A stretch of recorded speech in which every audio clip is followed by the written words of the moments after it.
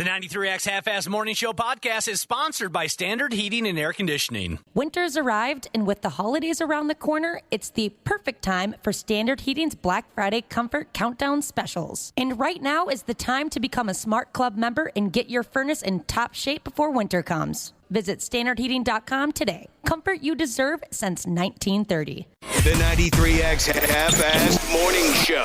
93. Yeah, well, good morning.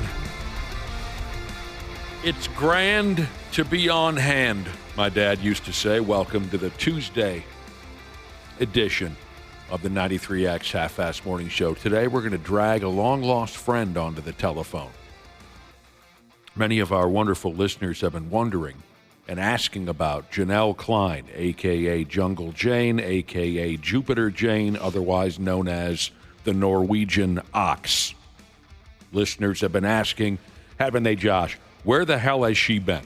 You know, it's one of those things where we couldn't wait to have her back in studio, and we had thought, well, maybe we'll get her on the phone, but no, she'll be back at any moment. But she's been gone to the point where I think she's on the run from something. Yeah, it's Witness protection program. Her plants and pets are both dead, long dead. It's almost been 2 months. Has it really been that long? Yeah. I knew it was around a month. It's been almost 2 months. Yeah. Janelle thanks you for asking. She sincerely does. Anyone who's been inquiring about her whereabouts, she certainly thanks you for asking. She has been in hell. Yep. For about 2 months. Is that it? Yeah, Couple about of months. That. She has to work for a living. She doesn't work here. So she has to work for a living, like the rest of us. She went on over to, is it the state of Indiana? Is that how you say it? That's how you say the state. Indiana? Yeah. To cover a court case, and there she's been, living out of a hotel room ever since. Ever since. Nearly 2 months, living out of a hotel, social life gone. I'll tell you what, my pay-per-view porno movie tab would be outrageous. There's nothing else to do. There is nothing else to do. Just constantly clearing the browser history. Just whacking in Indiana. I talked to her on the telephone, a week or two ago, and she more or less said it's been like a prison. So I really think we're going to be the highlight of her day, because she remains out there, as far as I know. I think the court case has been settled, but she still has her responsibilities to the television stations and the radio stations that she works for. We'll find out all about it. We'll talk to Janelle later this morning and find out if we will ever see her again. She called me, and the first words out of her mouth weren't even words. She just went, because she thought she was coming back. And they said, no. You might be sticking around for a couple more weeks. Janelle calling in live from hell. I think, what time are we throwing her into the mix? Around 8:15, 8:20. Okay. Yep. All right. What a gig. That's what pays the bills when you're the Norwegian Ox.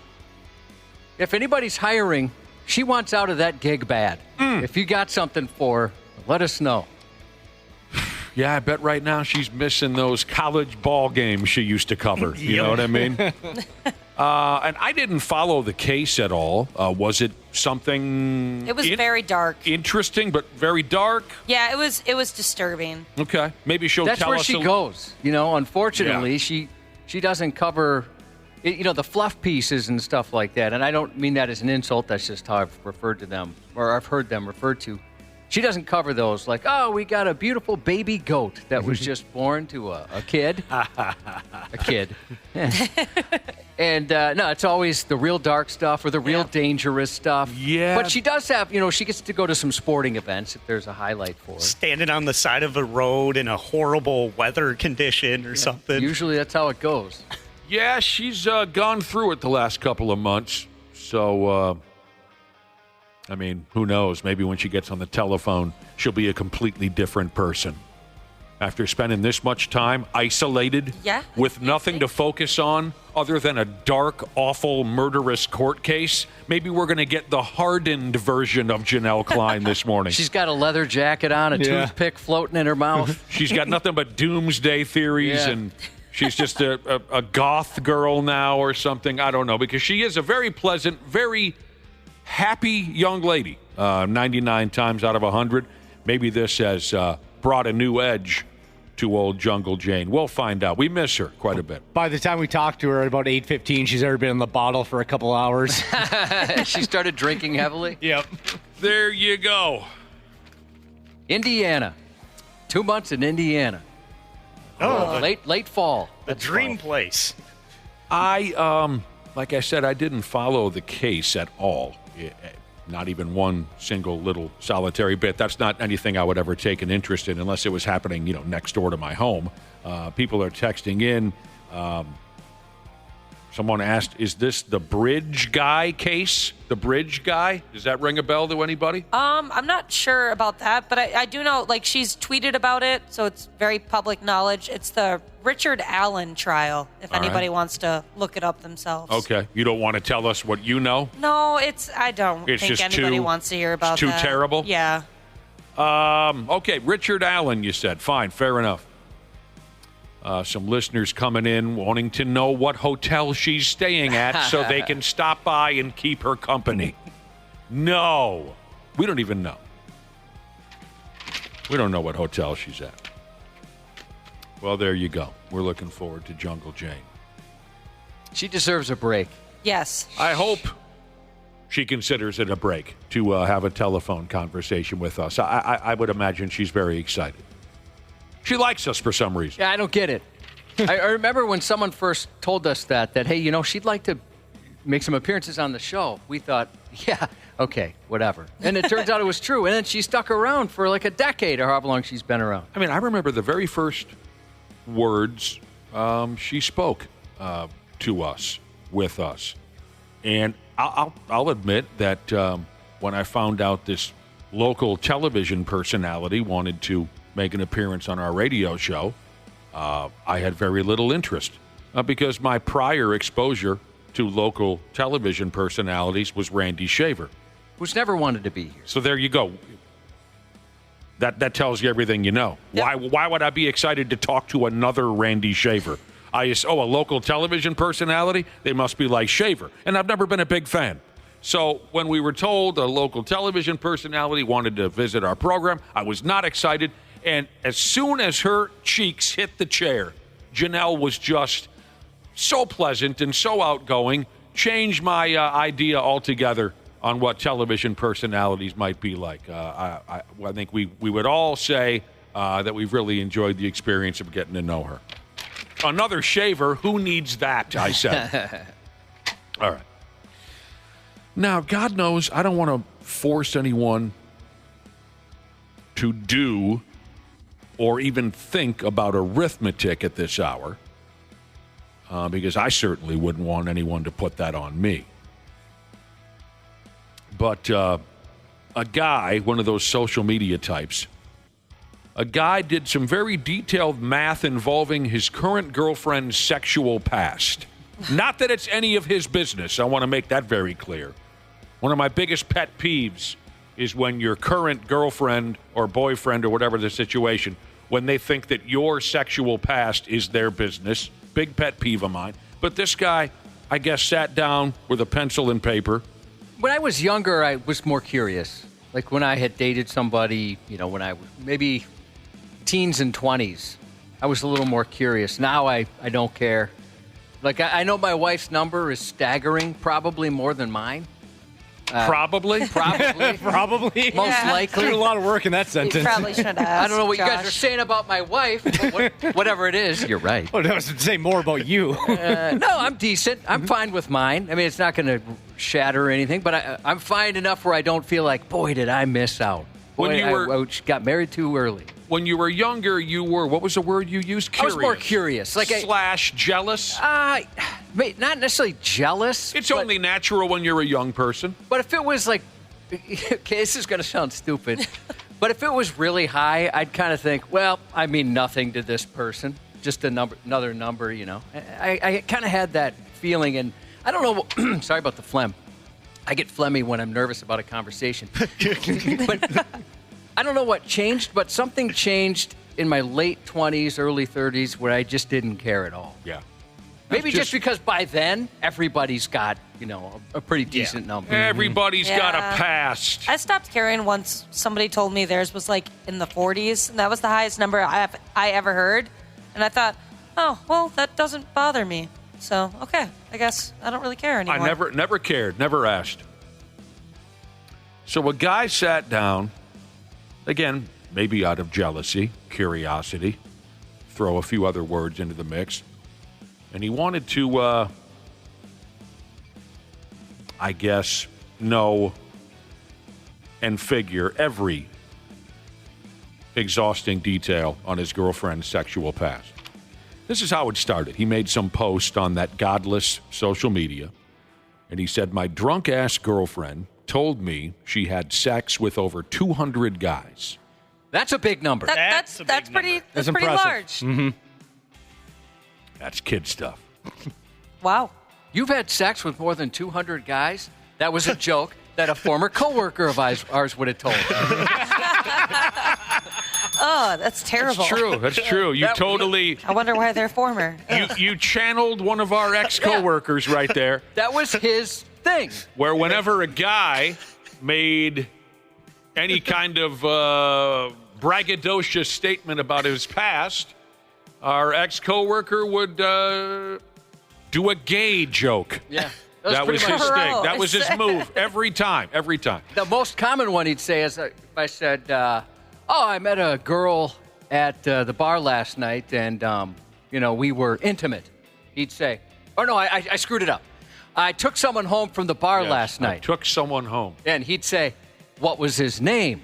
Da, da, da, da, da, da, da. That's where the joke kicks in. Constantly, over and over. You got me. That's brilliant. See, I was suggesting it was a girl, but you turned it around on me like I had sex with a guy. And how do I come back from that? I cannot live. All right, now I'm aggravated. So, Sorry. dude, I enjoyed myself. Dude says, my drunk-ass girlfriend told me she has had sex with over 200 guys. She told me she was a slut in college. Was she there for 4 years or 6 or? Did you do the Van Wilder routine? Yeah. 4 years. And I don't appreciate now, in the last couple of weeks, there have been multiple references to Van Wilder. Oh, I love Ryan Reynolds. I don't appreciate it. I do too. I know what you guys are doing. A buddy of mine's wife had only been with one other guy, and he thought that was pretty cool, right? Before they got married, just one other guy. Yeah. But she made it very clear that he was much bigger than him. Oh, no. And she didn't mean to be a jerk at all. It just kind of came out. She just mentioned something about it. She made it very clear that the one man in her past it was a little too much. Was blessed. Much bigger. So, he had this moment of, wow, that's great. I'm the second and hopefully last one, and then she dumps that on him. This guy had to get out, like I said, a pencil and paper and do the arithmetic. Okay. 4 years of college, 200 guys. Yep. Now, try to keep up with this. This is difficult. And since I'm far from a math scholar, I hope not to screw any of this up along the way. So why a guy would want to go ahead and do this, I don't know. But this is how he operated. 4 years of college times 365 days a year equals 1,460 days. Okay, remember, 200 guys in 4 years. 4 years times 365 days in a year, 1,460 days. Divide that by 200 guys, and it equals a new guy every 7.3 days. I rounded it down. He says I rounded it down to a new guy every 7 days, every week. It's probably much more frequent than that, actually, especially if she goes away for school. So if she comes home during the summer or whatever for 2 or 3 months, so she's not off in the dorm room, actually seeing guys as often as I imagine you would. So okay, Ashley, I could see her going to the bar a lot. You're probably right, But just for my sake, please don't make this any more confusing than it already is. Now you're talking about what she might do in the summer and in the dorm, or does she live in an apartment, whatever. Don't make this anymore. Okay. Now, speaking of size, Josh, that's where this guy goes with it. So he must be, what's the word I'm looking for? Insecure about his size, like most of us. I thought some of the extreme details he went into kind of was pretty funny. Which made me believe he's joking around. All right. We'll keep going. You like where he goes with this. Okay. Yeah. So given that she had sex with each guy an average of 3 times, okay, that must be some information that she told him. I don't see that mentioned anywhere else. Given that she had sex with each guy an average of 3 times, and an average penis length is 5.5 inches, and if you factor in about 100 thrusts Yep. to finish a sexual session. That is where I started laughing. And I kind of wondered. I wonder what my average is. Sorry, how did he land on that number? And I think if I thought about it at the time, it would add more thrusts. Mm-hmm. Okay. So I'd have to have it filmed without my knowledge to count. He takes into consideration the average penis size, how many times she had sex with each of these 200 guys over 4 years. He takes into consideration the amount of thrusts involved in a sexual session.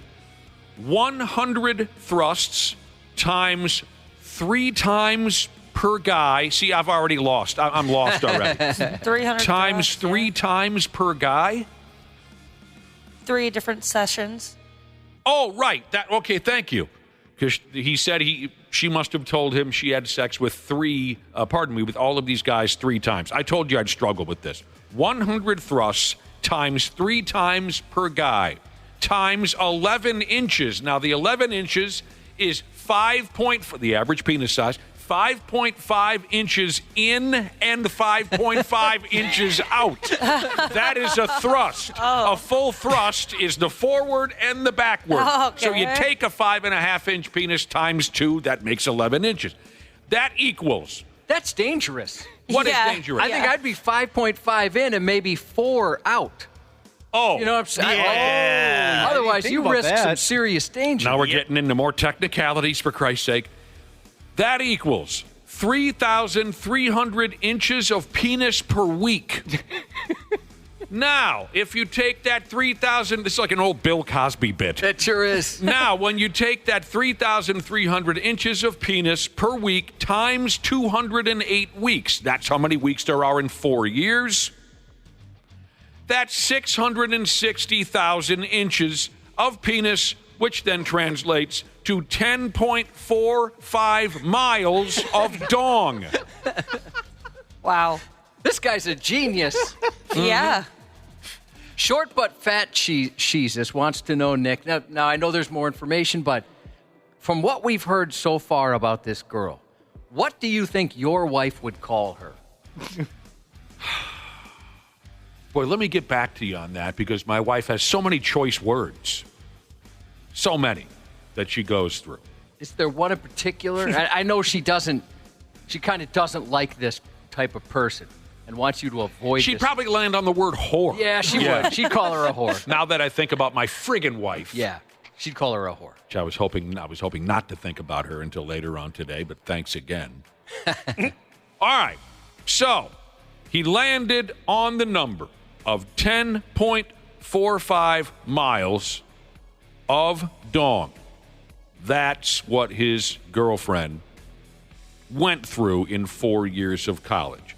He says, if I got in my car and drove 10.45 miles and thought about dongs being laid out end to end for that entire 10.45 miles, that's how much my girlfriend took in 4 years. And then he ends the story by saying she isn't his girlfriend anymore. Well, what happened?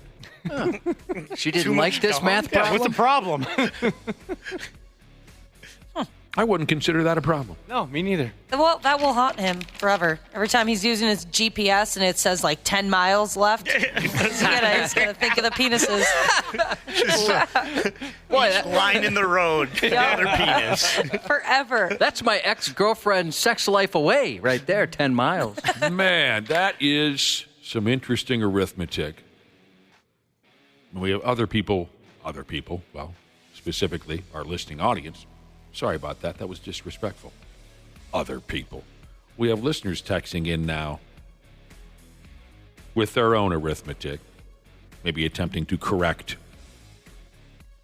this guy if he needs correcting. I'm not the guy to ask on that. But I'll be damned. I don't know. I always liked the more adventurous type of lady. I did. There's, not to be too specific, but you'll get the gist. Somebody is curious about the fluid ounces math. Oh, no. Oh, no. You son of a bitch. I'm not. I am not going to sit here and measure those fluid ounces. I mean, I'm sure we could figure that out, right? Probably. You look up average. Yeah. It looks like I have an answer here, Josh. It really does. Do you want to know? Okay. Kinda. If the average finish, and thank you, Mountain Mayhem Jesus, for being brave enough to ask the question. Well, that too, but for being doing the math? No, for Christ's sake, give me a minute. Thank you, Mountain Mayhem Jesus, for being careful in the wording. Oh. He says if the average finish is 0.3 fluid ounces, okay, we got to take his word for it, Mountain Mayhem Jesus. Then 200 guys, she had sex with each of those 200 guys 3 times. That equals about a gallon and a half. You know, there's probably some person out there who has saved it. No. No, they have not. Oh, I'll I'm bet. sure there is, but no. I have one person that in my life in the past who I would guarantee has done something like that. What do you mean? Oh, you know a woman who has saved? No, a guy. I know 2 guys in my dorm that did that. They had a contest. Stop it. No. We're done. Terrifying. We're done. There were, and I don't believe a word that there were 2 guys in your. No, that's end It of was St. Cloud conversation. State, man. You End spent of time up there. conversation. You know We're how not- things get down. We're not talking about bottling anything. Some men just don't deserve their penises. It's gross. If there was Shame. a court of penile law, you know, the penile system. Who would be, like, would the judges have to be women or like a balance of women and men? Half and half. Half and Keep half? it fair. Yep. Okay, I was wondering, maybe you'd actually, as women, be a better judge of who deserves it and who doesn't. Probably. But it's got to be fair. So in this case, if you've ever, done that, made a collection, you're done. Yeah, you're done. Okay. You might be able to redeem yourself. Some probation. There you friggin' go, everybody. Learning is fun. Uncle Bitch Jesus said, he never saw this conversation coming. Never. When he woke up this morning, didn't foresee this. Well, it came, buddy. It sure did. Whew-wee. What else is going on this morning? It's Tuesday. I want to do some more fun math on a different topic. Well, Yeah. you're a very bright guy, Josh, and an educated man. I'm not, and I'm also bad at math, so maybe I'm not the guy. But maybe I could help come up with a topic. Yeah, your creativity, I think, would help come up with another fun subject where we could break down the arithmetic down to silly levels like this guy did, I referring know- to his girlfriend's sexual past. People have done that, like with feces, right? Look up the average per year and then figure out, where they've contributed the most, how many miles, how like, would it fill a swimming pool, that kind of thing. Yeah. Can we try to stay away from feces and semen Yeah, for the that's rest what I mean. of the Like, day? if we could change it so it's a little less unsettling. I got to deal with enough of that in my personal life. I don't want to bring it to work. You know what I mean? I bet you could come up with something. I'm going to put it on you just because you're you. Here's one, a suggestion from Backyard Haircut Jesus. Now, I'm a known Chipotle fan. he said maybe I could figure out how many miles of Chipotle burritos I've eaten in my life. I mean, Sure. there was a time where the only variety of my diet was the location of Chipotle, where I would eat that lunch and dinner every single day, every day, to the point where they made me a master burrito ambassador.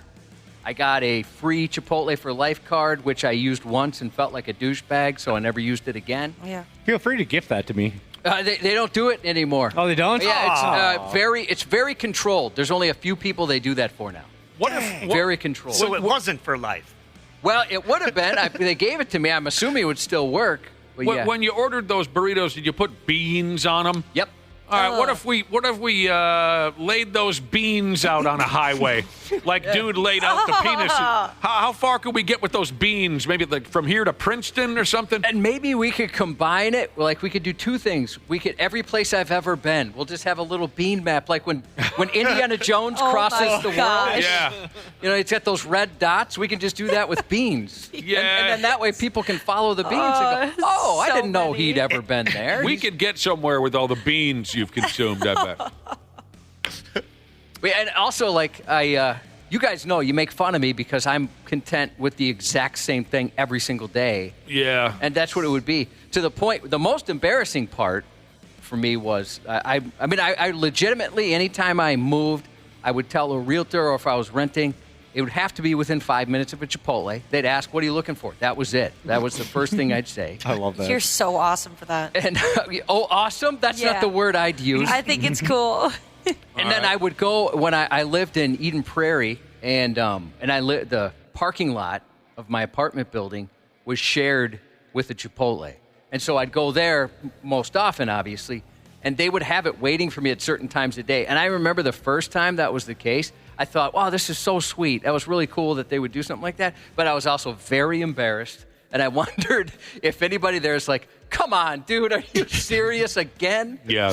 They did think that. Yeah, Yeah. And by the way, and 90% of the time I'm alone too, you know. Yeah. So, Of course. Lonely Yeah, they're bastard. thinking. yeah, that maybe that's what they're thinking. Like, God, this guy needs a friend. But then every single time they train a new person in, they're like, all right, this is Bitney. You have to have this order ready at every time. New person. Hey, new person. I guarantee within a half hour of your first shift, this little guy with a backwards ball cap's going to come in and get a friggin'. All right, so maybe a Chipotle employee is how you say it. Maybe a Chipotle employee can tell us how many beans they put in the average burrito. Josh, you can look up the length of a bean and we'll find out where you could get, I honestly, how far you could travel down the road with the beans. I couldn't tell you how many I've had. I mean, thousands. That's just. We'll try to insane figure me. it Yeah, out. I don't know if I could figure that out. We'll try to And do the arithmetic. by the way, the first time I went there, I didn't want to go at all. I protested. My brother wanted to take me there to the Uptown location. I thought, I don't want to go there. And boy, did he change my life. God dang it, I complimented my brother. This was your brother. Yeah. Introduced you to the joint. He did. I never thought I would enjoy such a thing either. But the first time I went over there, I thought it was just terrific. Now, it didn't make me go there every day for every meal for years, but I enjoyed it. And I've got a lame claim to fame connected to my very first, visit to Chipotle. You know who told me about Chipotle? Who dat? Clay Matvick. Oh, yeah? Yeah, we That's were pretty hanging cool. out, and he said, "You ever heard of Chipotle?" I said, "I didn't understand a word that just came out of your mouth." And he What? said, "We got to go." We went. I thought it was great. I got a that's lame cool. claim It was to the fame. Clayboy. You have a lame claim to fame? Yeah, so I got a plaque for being a guy that went there a lot. And then also I beat a Minnesota Viking in a burrito eating contest, Oh, man. Sure. which is probably my greatest accomplishment. I'm proud of you. That is pretty sweet. Do you know how fast you ate the burrito? It was just who could eat the most. Oh. Yeah, it wasn't a Whoa. timed thing. I'm friggin' proud of you. I beat him by half a burrito. Oof. I can't even do a full one. Oh, on you many can't? levels. nah, I'm weak. On many levels, I'm proud of you, Cubby. Okay, we got to take a break. You're a terrific crowd. Maybe we'll do some bean arithmetic or something. We got stupid news coming up. Be back in a few minutes here on the Half-Assed Morning Show. There's a douchiness to them. The 93X Half-Assed Morning Show. It is that time of the year at Standard Heating and Air Conditioning. Winter's arrived, and with the holidays around the corner, it's the perfect time for Standard Heating's Black Friday Comfort Countdown specials. And right now is the time to become a Smart Club member and get your furnace in top shape before winter comes. Schedule your tune-up, boost your indoor air quality, or grab huge deals on a new system. Do not wait. Visit standardheating.com today. Comfort you deserve since 1930. Former Navy SEAL Sean Ryan shares real stories from real people from all walks of life on The Sean Ryan Show. Who is somebody you'd like to see on the show? I think Tommy would be really funny. I would love to interview Tommy Lee. I was on a tour bus with Tommy Lee. I stayed on tour. We went to a few shows, and he drops me off. And my mom sees this Motley Crue tour bus, because my mom obviously knows who Tommy Lee is. She's like, "You were just with Tom." And I was like, "Yeah." The Sean Ryan Show on YouTube or wherever you listen. Stupid news on the Half-Assed Morning Show.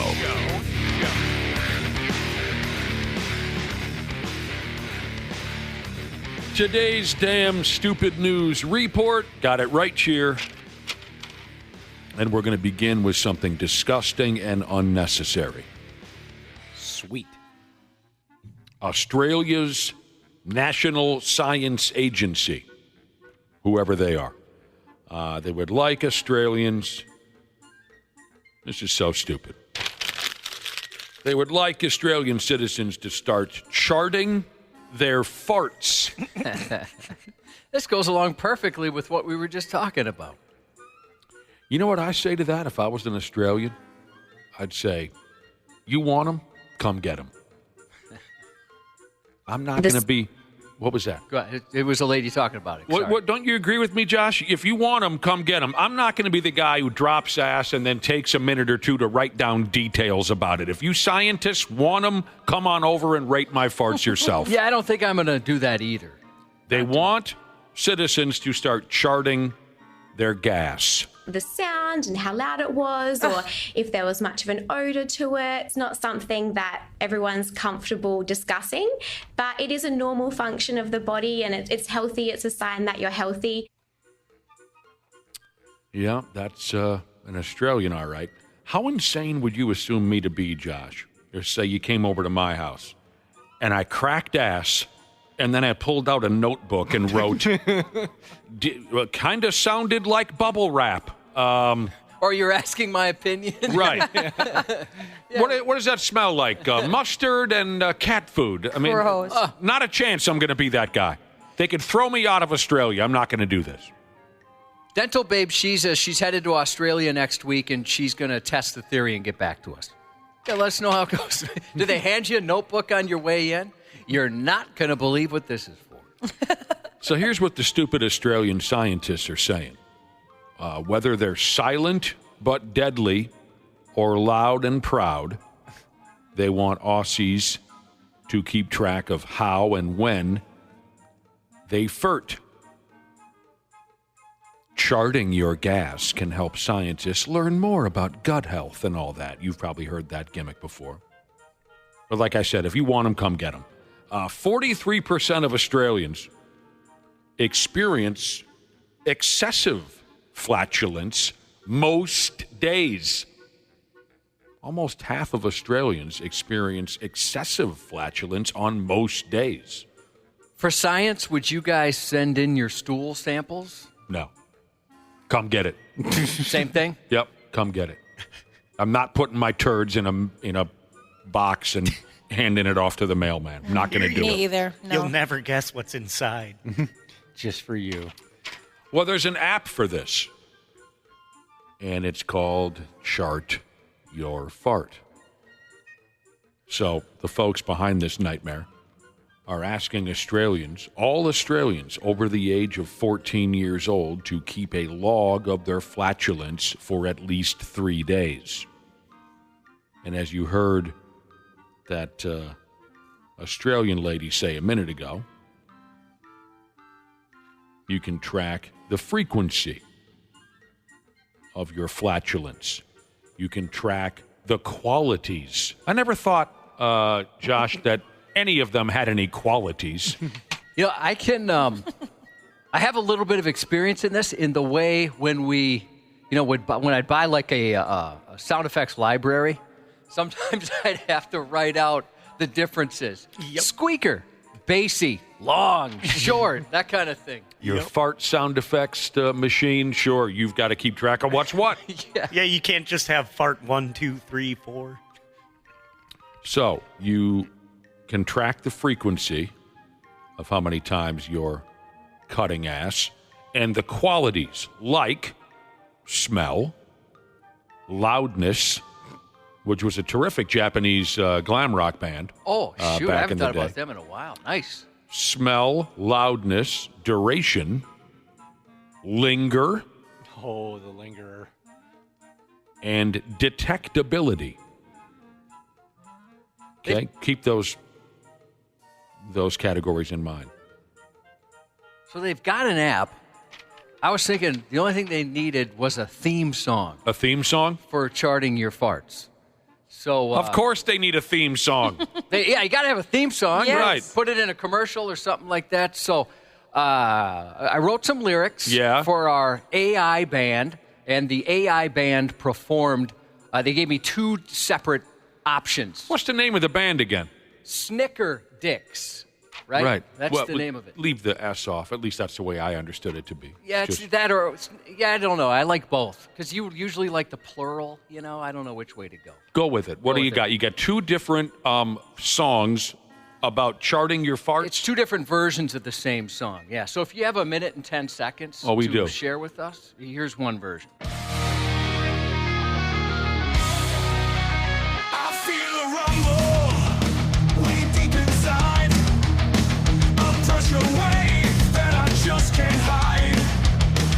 Come on. Silent but deadly, or a roaring blast. The moment's here, it's coming fast. Don't be ashamed, it's a natural thing. Let it sound like a trumpet, let your back door ring. Take control of that sulfur cloud. Charge your fart, do it loud and proud. Charge your farts, map the sound. From a gentle breeze to a thunderous pound. An unholy roar from the depths of the gut. Each fart tells a story and tells it from your butt. Each fart tells a story and tells it from your butt. Each fart tells a story and tells it from your butt. From your butt. Chart your farts. I felt that. Wow. I had my lyrics, lighter in the Josh. air, Josh, for more than one reason. It's I'll tell you what, that's my favorite band. That's my favorite. They can Snicker sing Dick does a great job, but that's just version 1. Yeah, they did another version. Please tell me version 2 is a power ballad? It's not a power ballad. It's just a different style. Copy. A rumble, way deep inside, a pressure wave that I just can't hide. A pressure Silent wave. but deadly or a roaring blast. The moment's here, it's coming fast. Don't be ashamed, it's a natural thing. Let it sound like a trumpet, let your back door ring. Take control of that sulfur cloud. Charge your fart, do it loud and proud. Charge your farts, map the sound. From a gentle breeze to a thunderous pound. An unholy roar from the depths of the gut. Each fart tells a story, it tells it from your butt. Each fart tells a story, it tells it from your butt. Each fart tells a story, it tells it from your butt. Charge your farts.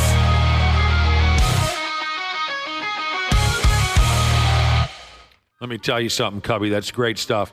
And all the hot young ladies want to get on that band's tour bus. Definitely. The ones that don't pay attention to lyrics. Yeah. The ladies can't get enough of... By the way, each song is like 4 minutes long, and there's even like they added parts where it's like the whoa, whoa, whoas, and stuff like that in there. Sure. That's some impressive stuff right Somebody there. thinks we should call the second version, because it does kind of sound like it. Lincoln Chart. Yeah, Oh, there you go. It is very Lincoln Chart. That was great. So there you go. That's what they're dealing with in Australia. They're bothering average, everyday citizens just trying to live their lives are bothering them about charting their farts. Scientists want to understand what a normal fart is among different age groups. These people need to be stopped. Yeah, it's creepy. You're creepy for this. Okay, let's see. I can just picture the scientists sitting around. This next piece of audio is from a 17-year-old girl. Let's hear this one. Okay. Chart that, gentlemen. Coming up next is a 58-year-old man. Okay. They put in a full workday with that. We love terrible-looking mug shots around here. Nothing but fun when we get the chance to see a ridiculous mug shot. How about a couple's mug shot? Adorable, right? Yeah. Isn't the idea adorable, a couple's mug shot? We got a keeper out of the state of Colorado the other day. A pair of teenage Colorado carjackers led police on a high-speed chase that ended in a ball of fire, and then the aforementioned glorious set of mug shots. Police arrested a couple of cute 19-year-olds. The dude goes by Michael McGlynn, and the hot young lady friend of his is called Christine Romero. The two asshats had to be pulled out of a burning Subaru Forester after they cracked it in half during this high-speed chase. The word is the two of them landed the Subaru as part of an armed carjacking. They held somebody up for it. And I don't know about you, Josh, from looking at the mugshots, neither one of the two kids looked like the type that would steal your car. They look more like the type that would try to steal your Ouija board. Yeah, they're very gothy to me. That's how I looked at them. So the story is the cops spotted Dinkus and Dinkat, they're a couple, sitting in the stolen car 4 o'clock in the morning. They tried to pull him over, but the couple sped on out of there. And the kids pushed her on up to around 100 miles per hour on the road. The cops went ahead and rammed them. They got up to ramming speed. Cool. And they sent this moron couple sailing off the road and into a tree, and then they caught on fire. Like I said, the police dragged both the stupid-ass kids out of the burning wreck. They were taken to the hospital. They were fine. And then they were booked at the county jail. And that's when the cute mugshot pics were taken. They're up on our website. Yep. McGlynn, the dude, he looks pretty tired, pretty beat up. He has a stupid-looking little thin mustache under his nose. And his head and chin are wrapped in bandages like he's an extra in a zombie movie. He's fun to look at. I think, now this is an old reference, like most of the references that I make, and I'm doubting that the rest of you will understand it, but maybe a handful of our listeners will if you're a little bit older. Take a look at this McGlynn dude. He looks exactly like Sean Penn's character from the hit 1985 movie, The Falcon and the By God Snowman. Never watched that one. Pretty good? It's all right. It's been a long time. But I'm telling you, as soon as I saw his face, I thought Sean Penn's character from The Falcon and the F Me Running Snowman. But his goth girlfriend wins the prize. Tell me, Cubby, if she does not look like every teenage girl we saw at a metal concert between 1999 and, say, 2002. Absolutely. She has fake freckles on. I was just going to ask. They don't look real. Okay, so they are is it like drawn on or? Yeah, makeup. Is that a thing people are doing? that is now, which is so funny because, like, when I was a kid, I remember I always felt bad for kids with freckles because they got made fun of quite a bit. And now everybody wants them. I didn't know that. They put them on, huh? Yep. People, you can get, like, certain makeup that they make for fake freckles now. Wow. People are even getting them tattooed on. Seriously? Mm-hmm. Well, of course, why wouldn't you want that to be permanent? Yeah. Right. So this gal is so dark, goth, metal looking. It's effing hilarious. She has two-toned, black and blonde, frizzed out hair. A half head. The eyeshadow under the eyes, too. That's a classic goth move. I love that. Metallic silver eyeshadow under the eyes. I'll have to look for that. She's got a fat lip from the car wreck, and she looks she's so perfectly miserable in her picture. Well, she has it looks like she has a lip piercing. Yeah, that's what I was going to say, and that's probably why it's all swollen. It's and probably bloody. all irritated. Oh, that looks painful. Well, I'm guessing she maybe banged it in the car wreck, too. Yeah, the definitely. airbag. They're both in trouble, and they've been in trouble before. This is only going to make it worse for them. And they look too dumb to realize they're lucky to be alive, for Christ's sake. They look so dumb. They really do. You're right. That's the best way to describe it, Ashley. The dude even has an X underneath one of his eyes. Oh, he that does. means... Is that an X? I don't know what that Well, I means. thought one was a cross and the other was okay, a couple of hammers crossed. Yeah, the one's very faded. Oh, gosh, his facial hair. The bandages on his face kind of reminded me of Marley in A Christmas Carol. Remember? And then he takes off maybe you guys haven't seen the George Scott one. No. Marley takes off the bandage and his jaw falls straight down. It's kind of what holding his jaw up. Never saw it. A Christmas Carol? Yeah. Okay. Yeah, they're ridiculous looking. Check it out on our website. Now, it's bad enough when there's a naked guy on the damn loose in your town.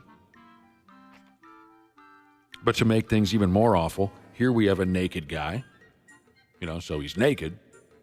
And he's trying to chew off the appendages of innocent people. Ooh. They know all about this in a place called Oklahoma City, Oklahoma. I got a little too loose in Oklahoma City. What band? Mr. Big, what song a little too loose? What album lean into it? What year? 1991. So in godforsaken Oklahoma City, the local police arrested a guy accused of gnawing on somebody's fingertip. And he did so de-swinging. A few folks in town called the cops to report a man running all over town in the damn nude. And they say he bit a feller's fingertip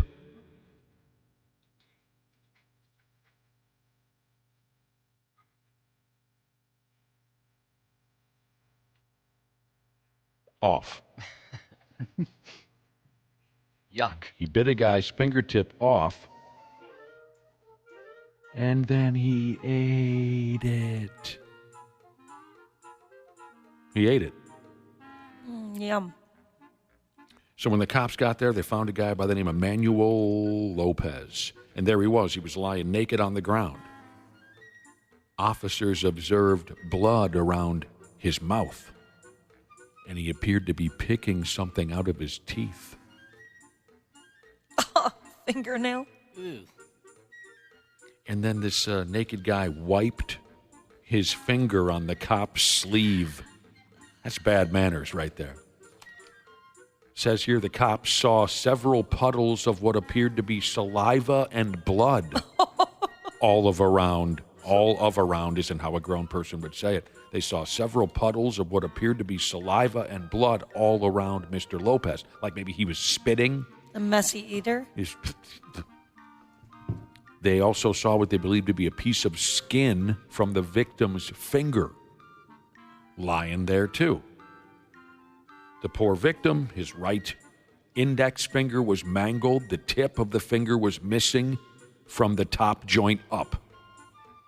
I hope he was a booger picker at least. Get some sort of satisfaction. Like, hey, you ate my booger finger. Yeah. Or like your ear-scratching finger, something like that. The victim said simply he saw Mr. Lopez walking towards him and saw that the dude was butt-ass naked, balls and everything. I love this part. He told Mr. Lopez, keep walking. I love that. Naked guy walking towards you, right? You're an average citizen. You've got clothes on. Naked guy walking towards you. You tell the naked guy, hey, keep walking. I want no part of this, right? But the naked guy pounces on the regular guy. That's not what you want the naked guy to do in the situation. The victim is trying to push this man away. Naked guy gets the victim's finger in his mouth. Gets the victim's finger in his mouth and bit on it until he chewed it right off. And then he ate it. To nobody's surprise, The naked guy told the police he had smoked meth rocks and PCP. And he's a goner now. He's been taken off to jail for everything. Were you guys aware of this? So the story said there's people call PCP water. I'd never heard that before. No. Me either. Oh, I thought for sure, Ashley, you're kind of plugged into what's new. Yeah, I was surprised. I've never heard that. I wonder if it's because they put it into water and then drink it. Oh, that's how you do PCP? You don't smoke it? I thought you smoked it. I don't know. You can do that as well. I'm not good at drugs. No, I don't know the terms. I don't know how to do it, and I don't care. Do they make a seltzer version, like a PCP seltzer? Here's a little angel dust seltzer for you. 0 calories, too. Yeah, that's why people stay away from PCP, you're saying? It's high caloric value? Yeah, it really goes right to your hips. Yeah, otherwise I'd be doing it all day. All right, come on. Another grown person's been arrested for playing make-believe cop. Why is this such a thing? We're just buried in this nonsense. It's got me aggravated. But you know me, Cubby. I'm going to go ahead anyway.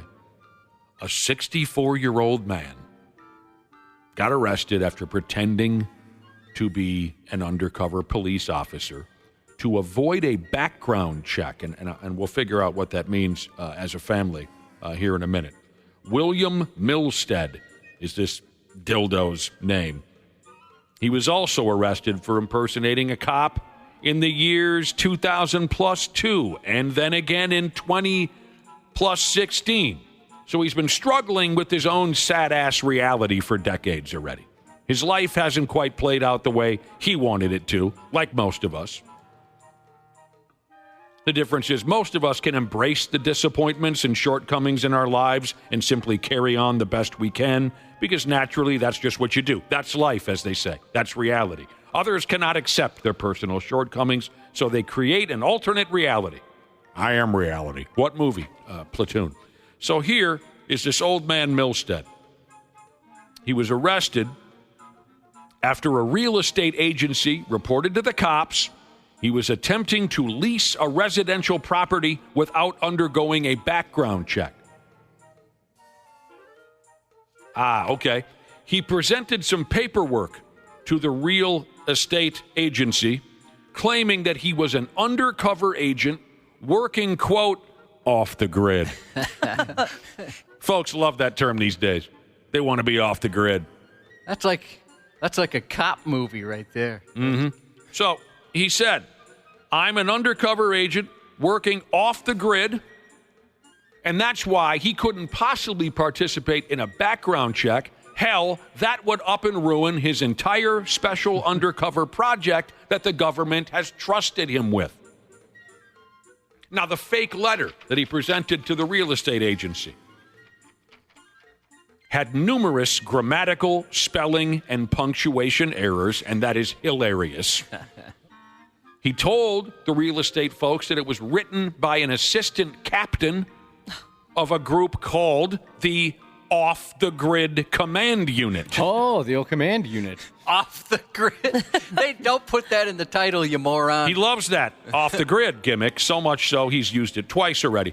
And the letter explained why Special Undercover Agent Milstead should be an exception to the real estate agency's background check requirement. This guy is a fourth grader. You know, one of the more disappointing things I think about these stories is it's always dudes like in their 50s and 60s. That seems like a young man's game where you're making dumb decisions and it used to you're be playing cops and robbers. It used to be. By the way, Instigator Jesus said that, and a few others have said, PCP is often called wet. So not just water like the story says, wet. Actually, a lot of people text that in. I appreciate that. I haven't heard that either. I'll forget it in 5 minutes, but I appreciate the effort. That's true. Next time this comes up, I'll forget. We'll do it all over again. Kind of worried how many people know this. Like I told you, Numbskull here has been arrested for impersonating a cop twice before. I just say we got to put this clown in a holding cell for a while. He can make up a brand new set of childlike stories for us. Give him a couple years, right, Josh, in jail. He can make up a whole new set of fantasies. Yeah. Yeah, I'm sure, like, when they question, well, why were you in jail? Well, it was, an undercover operation. Oh, my gosh. Just so uneducated in every way. People were sneaking wet into prison. He was there. Why was he in jail for 2 years? Undercover he was undercover. operation. He was undercover. He's a special agent. I'm an astronaut on my way to outer space here any day, so a background check really doesn't apply to me. Me and Superman are on our way to the Phantom Zone to face off with General Zod. I love it. At the same time, I hate it. 64 years old. All right. We'll wrap her up with this one here. As you can easily tell if you listen to this program regularly, society's obsession with Travis Kelce and Pat Mahomes has caused me to snap a time or two. But I do have to say that it's nice to currently live in a world that doesn't revolve around that lunatic Tom Brady. That's gone out of fashion. Who cares about Brady anymore? Now it's all about what's Travis, Patrick Mahomes, Andy Reid. Did you see the commercial with Andy Reid? Oh, God. Frustrating, but it's not Brady. So it's like, it's a you got to balance the good and bad kind of a thing. I didn't know Andy Reid was so goofy. Oh, he's so funny. He's got that mustache. I like him. No one likes Andy Reid. So the Kelce Mahomes thing is bad, but it could be worse. At least Brady isn't a thing anymore. But apparently, I guess I didn't need to tell you this. There were some people who, back when Tom Brady was the center of everyone's attention, they just couldn't get enough. They'd do anything. So back when Brady was playing in the National Football League, whatever, a couple years ago, a gal by the name of Stephanie Pratt used stolen money just so she could take a trip to see stupid bastard Tom Brady play in person. And because of all that, she's just received a 2.5-year prison sentence. She dumped nearly $6,000 for tickets to watch him play a couple years ago. And now this entire scene has gone to court, and she gone. 2.5 years in prison. None of that $6,000 belonged to her. 30 months behind bars. After that, 3 years of supervised release. She's been accused of stealing almost $500,000 from her employer. Wow. Dang. $6,000 of that was for the Brady thing. But the rest of it, my God, she used it up and down this way and that.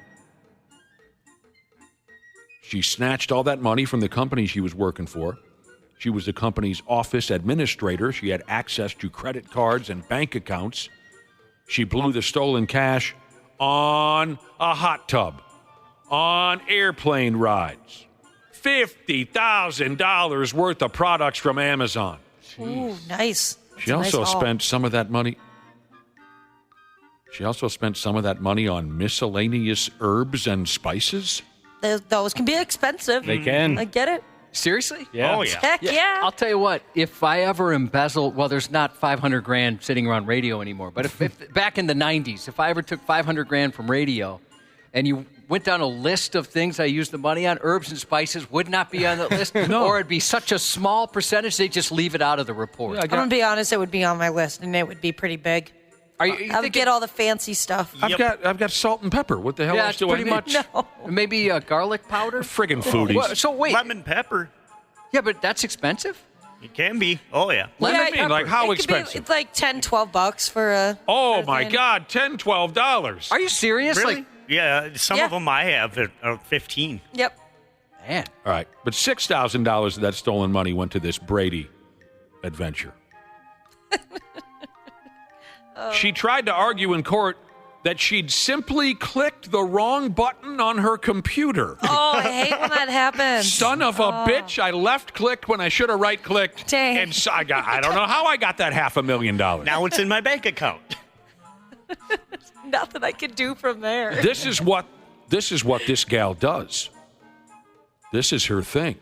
It's not just some average lady who just got a little out of control. She just got out of prison. 6 months before she landed this job, she just got out of prison for swiping a bunch of money from another employer. So she's a career scumbag, garbage human being. Sucks at it, though. Can't cover her tracks. And now, in closing, here's another one of her great excuses that she liked, or that she tried, in court. She insisted she was siphoning some of that money to help the owner's son. You guys know the owner, right? Oh, sure, we know the owner. His son kind of going through some hard times, so I was stealing some of that money, kind of like a Robin Hood gimmick, and I'd give it to the poor guy, the owner's son. She said all that without knowing that the owner's son is dead. Oof, duh. What if they just didn't fact check that at all? Oh, okay. Yeah, that's all right then. Never mind. All right, now angry bus driver Jesus and medical device Jesus on the topic of expensive spices. They look up saffron. Saffron's expensive? What do you even use saffron for? Nothing. I'll show you. How much, Nick, would you pay for it? Now, you just mentioned you're not going to spend a lot of money on spices. Salt and pepper, you're saying. What else do you need? I got one for you that I think you'd spend quite a bit of money on. I know the answer. Every dime I got. Baby spice. I'd spend every dime I've ever made. I'm a posh spice guy. I don't get it. Well, babe, we have just different, varying opinions. I don't give opinions. Oh, that's right. I forgot. What do you give? Correct answers. I give correct answers. Baby spice. Variety is the spice of life. I'll take posh. You take baby. All right. Posh spice would be so annoyed with me. I'd be like, well, what is David Beckham like? It's just a character. She's not as posh as she comes off. Well, baby's a full-grown adult. Yes, at this point, she is an adult. She's in her 40s, probably. Right. You would ask Posh Spice nothing but questions about her husband, David Beckham. Oh, my gosh, yeah. To the point where she would cut you, probably. Baby Spice is 48. I wouldn't have thought she was 48. She is perfect in every way. Sports. On the 93X Half-Assed Morning Show. They did your handshake from the Parent Trap. It's the coolest thing. Oh, to see I that. want to show everyone to watch here. That's cool. It's so cool. That's the best. It's so cool, especially to do a movie like The Parent Trap and then it to cross over into sports players doing it. It's just such a cool feeling. And that's not an easy handshake to learn. No. You've made it, Vikings fans. You've hit the big time. You've hit the big time as a team. You've hit the big time as a fan base. And that's because Lindsay Lohan acknowledged the Minnesota Vikings on a recent edition of the Tonight Show program. Oh, God, how we crave that kind of acknowledgement around here. Well, I thought you'd like any attention from Lindsay Lohan. I do. Yeah. My wife recognized it right away, that touchdown celebration. I had no idea what that was. I'd never seen the movie. I've never watched much of that Jimmy Fallon. He's really an obnoxious dork.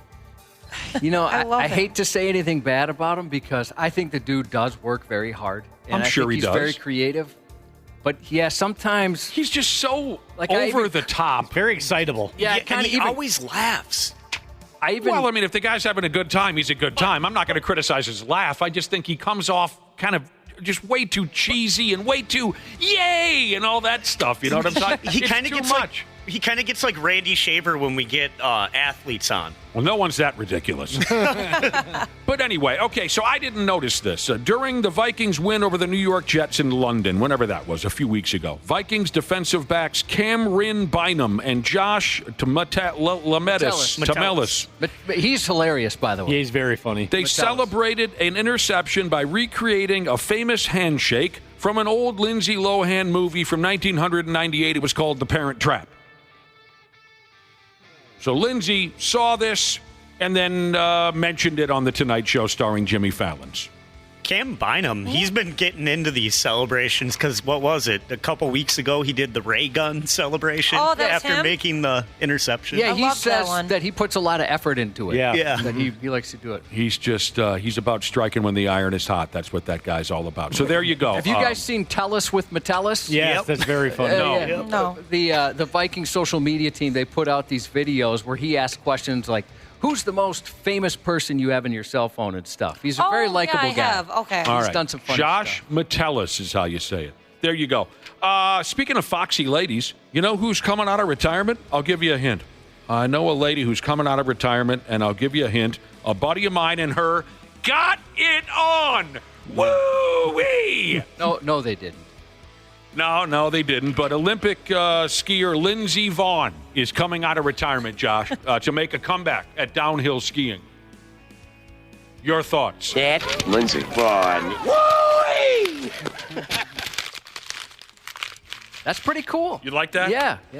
Monday Night Football, who won? The Texans. This year's edition of the Golden Gopher Men's Basketball Club is on television tonight, 6 o'clock on the Big Ten Network. The Pigs and Blues play tonight, 7 o'clock on ESPN Plus, if you know what that is. Randy Shaver going to be swinging by in a half hour. Josh's News is coming right quick. There's a douchiness to them. The 93X Half-Assed Morning Show. It is that time of the year at Standard Heating and Air Conditioning. Winter's arrived, and with the holidays around the corner, it's the perfect time for Standard Heating's Black Friday Comfort Countdown specials. And right now is the time to become a Smart Club member and get your furnace in top shape before winter comes. Schedule your tune-up, boost your indoor air quality, or grab huge deals on a new system. Do not wait. Visit standardheating.com today. Comfort you deserve since 1930. Hey, it's Rich Eisen here. Join me and my compadre, Chris Brockman, every Monday on the Overreaction Monday podcast. Rich, Jameis has taken the Browns to the playoffs. Dude, why can't they win 7-8 games to finish the year? Why not? I'm not saying there's no why not, but this is a definitive statement that's clearly an overreaction and is perfect fodder for a show like this one. I appreciate you coming out of the gate hot. Come react or overreact with us. Overreaction Monday, wherever you listen. It's game over. Over, man. Half-Assed Morning Show. 93X. She's like the Grinch, kind of, but less lovable. So, the Chicken Grinch. The Chicken Grinch. Police in Washington State report a notorious retail thief, dubbed the Chicken Scam Lady, has struck again. Continuing her brazen streak of scams across the region, which police just can't crack. The suspect, 38-year-old Jasmine Willie, is known for her unconventional attire, often sporting pajama pants during her escapades, and her knack for manipulating businesses out of thousands of dollars. Willie earned the nickname Chicken Scam Lady due to her frequent claims she needed refunds for spoiled chicken, a tactic she used repeatedly to deceive victims. Authorities say her fraudulent activities span a variety of establishments, including a Tacoma restaurant she targeted 6 times last year. She attempted to secure bogus refunds both in person and over the phone, but employees recognized her scheme and told the Chicken Scam Lady to cluck off. However, she remains undeterred. Just last week, she reportedly scammed 3 more businesses out of more than $800 in a single day. Despite multiple warrants for her arrest, she continues to evade capture, leaving local businesses on high alert as the search for the elusive Chicken Scam Lady intensifies. Well, what in the hell is wrong with her? She's making some bucks. I guess it's been working. And they mentioned, nowadays how it goes is these businesses realize she's full of crap, but they're so scared of negative reviews online that they think that's probably worth the $30 a time to give to her. What a friggin' shame. Yeah, Maybe I'll start a chicken scam. Please don't. You're too good of a person for that. Residents of Inver Grove Heights wondering why some of their mail never arrived last week now have their answer. The police department there reports an officer stopped the vehicle early Thursday morning for a non-working headlight. During the stop, the officer noticed an unusual sight, the car packed with mail. The driver, a 34-year-old woman who appeared visibly nervous, admitted to stealing the mail from her local mailboxes. The worst part is the invasion of the privacy and just knowing that somebody possibly has documents that have some of your personal information on it. Police sorted through the haul, uncovering over 500 pieces stolen and identifying 161 victims. According to the criminal complaint, the female also admitted to using meth about 2 hours before her arrest for the mail. Where the hell did she get her hands on that? I don't know. She was taken into custody and now faces charges for mail theft. Nothing like smoking some meth and going out and stealing some mail. It's just the simple things in life, I kind of wonder if just after the meth, whatever happens next doesn't even count. Yeah. You have no idea what you're on doing. meth. Yeah. A 37-year-old Florida man was arrested for attacking an Amazon driver during a delivery route, apparently jumping onto the delivery van and scratching the driver because he was upset over how fast the driver was moving through his neighborhood. The man told deputies he waved his hands and yelled for the driver to slow down, but things escalated when the driver didn't respond.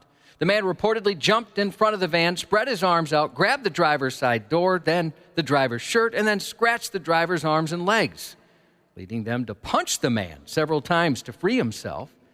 In body camera footage, a sheriff's deputy explained to the man that the driver had a right to be there delivering packages and that jumping in front of a moving vehicle or onto a window isn't appropriate. The citizen has the right to maybe file a complaint with Amazon or maybe notify law enforcement that they're seeing someone who keeps driving fast or driving in a manner not suitable for the residents. Delivery drivers seem to be having a tough couple weeks. A 29-year-old man was arrested after police say he stole a delivery truck in Oregon last week. An employee was still in the cargo area. Just before 4:30 a.m. Friday, police were called to a report of a work cargo truck that had been stolen from a warehouse parking lot. The business reported the truck was running and being loaded when a man jumped in and drove off. Security footage showed the suspect entering the truck's cab and speeding away, forcing the employee inside to jump from the moving vehicle. Oh, dang. It started moving faster, and I just held on to whatever I could, the employee said. Fortunately, after jumping, she only had minor injuries. Hilarious. A man who drove off in a stranger's car with a 5-year-old boy inside claims he wasn't committing a crime. He was saving the child. He left the car and the child with the engine on, which is not a good thing to do. He should realize his stupidity. His stupidity. He sounds like he's being genuine. Realize his... Well, he believes he's right. The bizarre incident unfolded at an Australian service station about 8:45 a.m. A father briefly left his 5-year-old son in a running car when he dashed inside to buy water. When he returned just 2 minutes later, the car and his son were gone. Dude. That's a bad feeling. Panic-stricken, the father immediately called his phone, which he left in the car. To his relief, the person who answered was the man who had taken the vehicle. The father pleaded with him to take his son to the nearest police station, which the man eventually did. However, his explanation for his actions left authorities stunned. Far from seeing himself as a criminal, he claimed he was actually the hero of the story. Here we go. It's not a big crime, right? I was saving the child, he told police. The father left the car running with the child inside. That's not responsible. He should realize his mistake, the guy said. That's not how this works, brother. Doubling down on his actions, the man insisted, what I did was the right thing to do. I was using more common sense than anyone else. That's how I see it. Well, that's not how police saw it, and they arrested the 42-year-old immediately. Despite his attempted justification, he was charged with child abduction. Yeah, can't do that. Can't just take the kid. Although, we talk about this kind of thing a lot where I legitimately kind of get jealous of people's delusions. You could just never feel like you did anything wrong. Yeah. No matter how many people tell you you're an idiot. Yeah. No, you just don't understand. I'm the hero here. It's pathetic. It's frustrating, but I can understand your envy of being just that alone, that independent in your thoughts. Just never feeling any guilt or shame. Nope. What an idiot. Mm-hmm. And the best is he's calling other people idiots. Yeah. A 30-year-old man in Springfield, Massachusetts was arrested last week after attacking a police car by launching an axe at it. The incident unfolded about 9 p.m. as a rookie trooper and their training officer were patrolling. The man approached the passenger side of their vehicle, armed with an alarming array of weapons. He had a hatchet, multiple knives, and a machete. In a strange exchange, he demanded to know why the officers wouldn't exit their cruiser and arrest him for carrying the weapons. But the trooper said he wasn't doing anything wrong and he was free to go, which for some reason set him off. Body camera footage shows the officers attempting to de-escalate by reversing their cruiser when the man suddenly began striking the vehicle. Moments later, he hurled the hatchet directly at the passenger side. We started as far as to Magazine Street. The gentleman's throwing axes at our car. Refusing to back down, he pursued the cruiser as the officers drove away, leaving them no choice. But at that point, they had to take him into custody. It's crazy people, Cubby. Yep.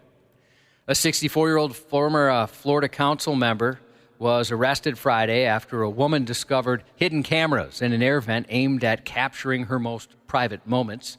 The woman who had temporarily been staying at Jeffrey Danner's home told authorities that she noticed something unusual while showering.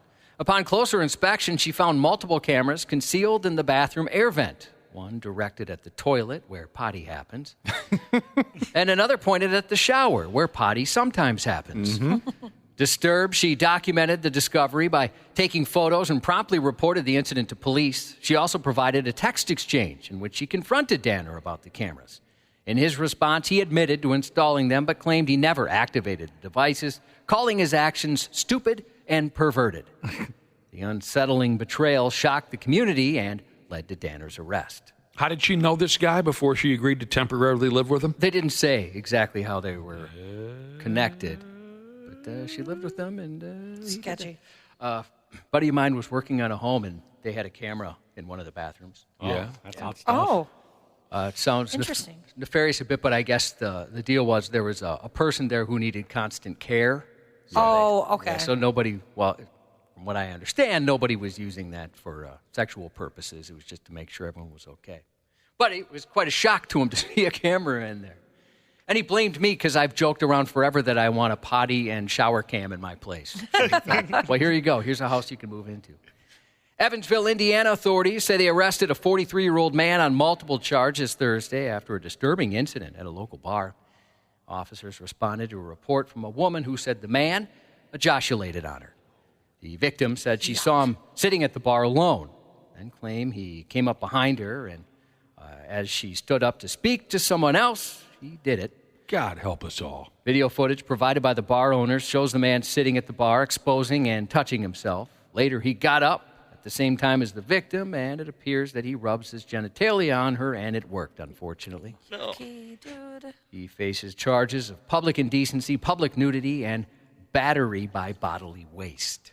Well, I haven't heard of that one before. Yeah, that was new to me as Just well. foul. Piles of garbage are popping up in parts of North Minneapolis, creating health and safety risks for residents. It's a public health hazard and a public safety hazard. We've got a lot of issues because we don't know what's in this or where it came from, a city council member said. A nearby resident says the trash makes her feel less safe and more worried about her neighborhood. It makes it unfit for little kids to take walks with their parents. I just think it's gross. Would you have not moved in had you known? Yes. And I'm renting a house down the street actually in a week, and now I'm kind of questioning if I should take back my security deposit. The council member emphasized the need for more staff and urged residents to help by reporting illegal dumping. There's just garbage everywhere. That's disgusting. That would piss me off, too. While Minneapolis grapples with piles of garbage creating hazards for its residents, a Florida city's dealing with a mess of a different kind. Someone's dumping real dumps in an illegal poop dumping operation. Oh, no. The city of Wildwood is offering a $5,000 reward for information leading to the arrest of those responsible for recent poop dumping. A city spokesperson said it's not the first time this has happened.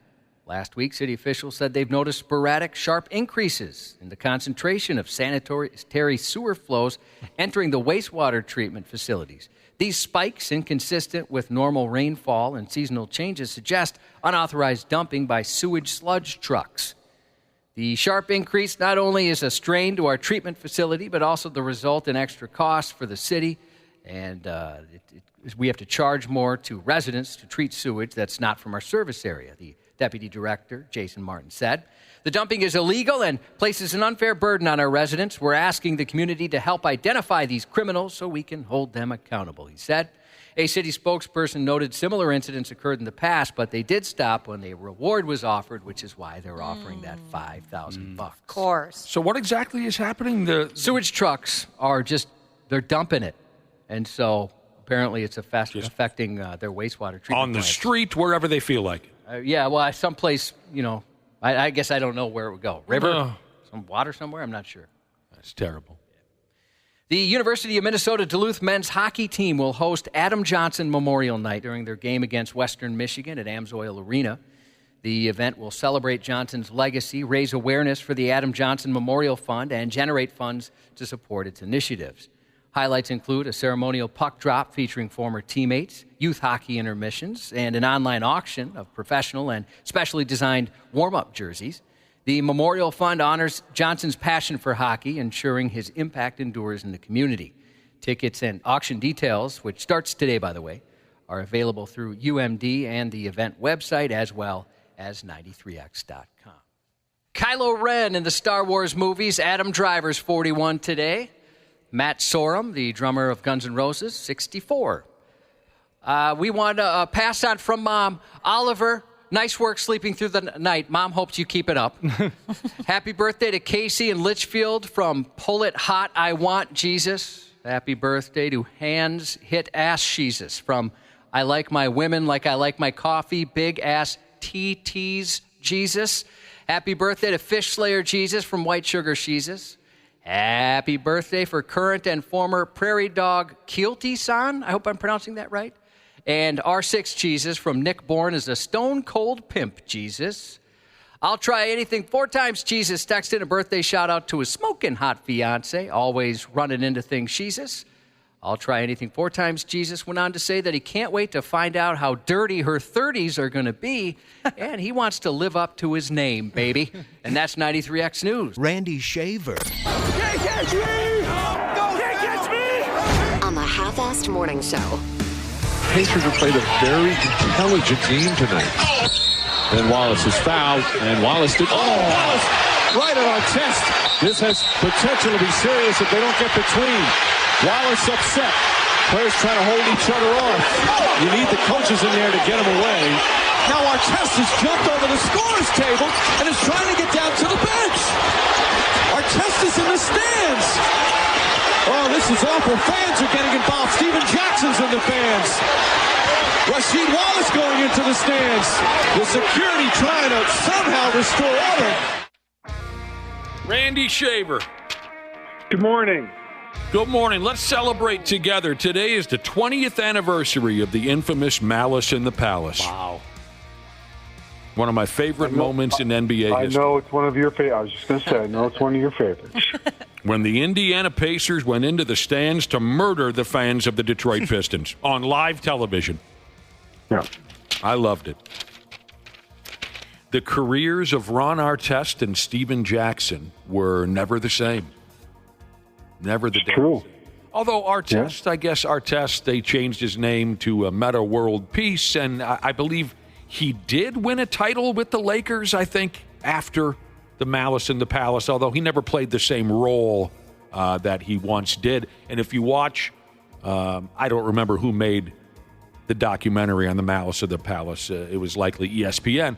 But there were other members of the Pacers, guys like Reggie Miller and whatnot, who really thought they had a legit chance to do some great things with that ball club. And when Artest and Jackson were suspended for whatever 50 games or whatever it was, their season went into the friggin' toilet. But I love that video.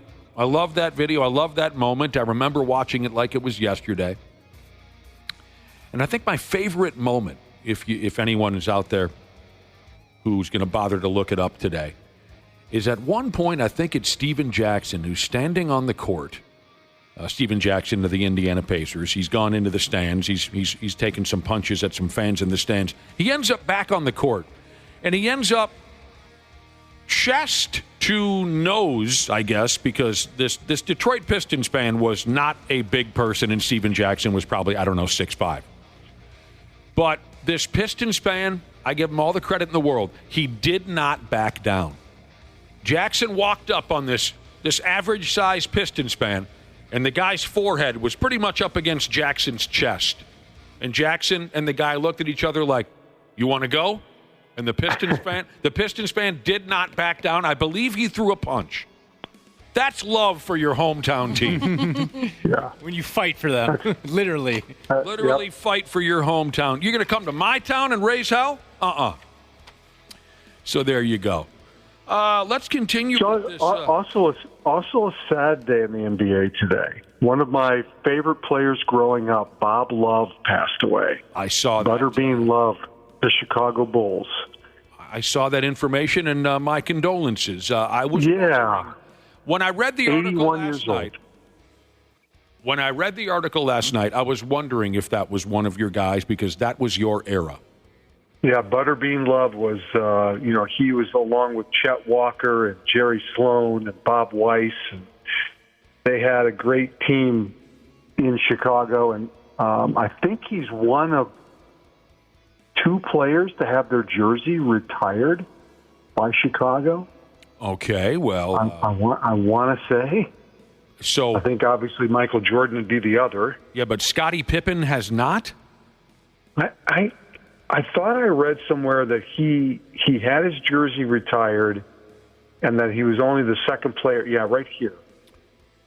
became the second player in franchise history to have his number retired by the Bulls. That's what it is. Okay, joining Jerry Sloan. Jerry Sloan. Hang on a second. Now I'm confused.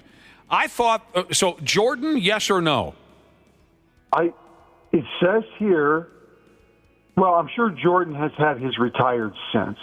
It says in '94 he was the second player to have his number. Who in '94? Who was the second? This is almost Bob like Love. an Abbott Bob Love. Costello bit here. Bob Love. Okay. Yeah.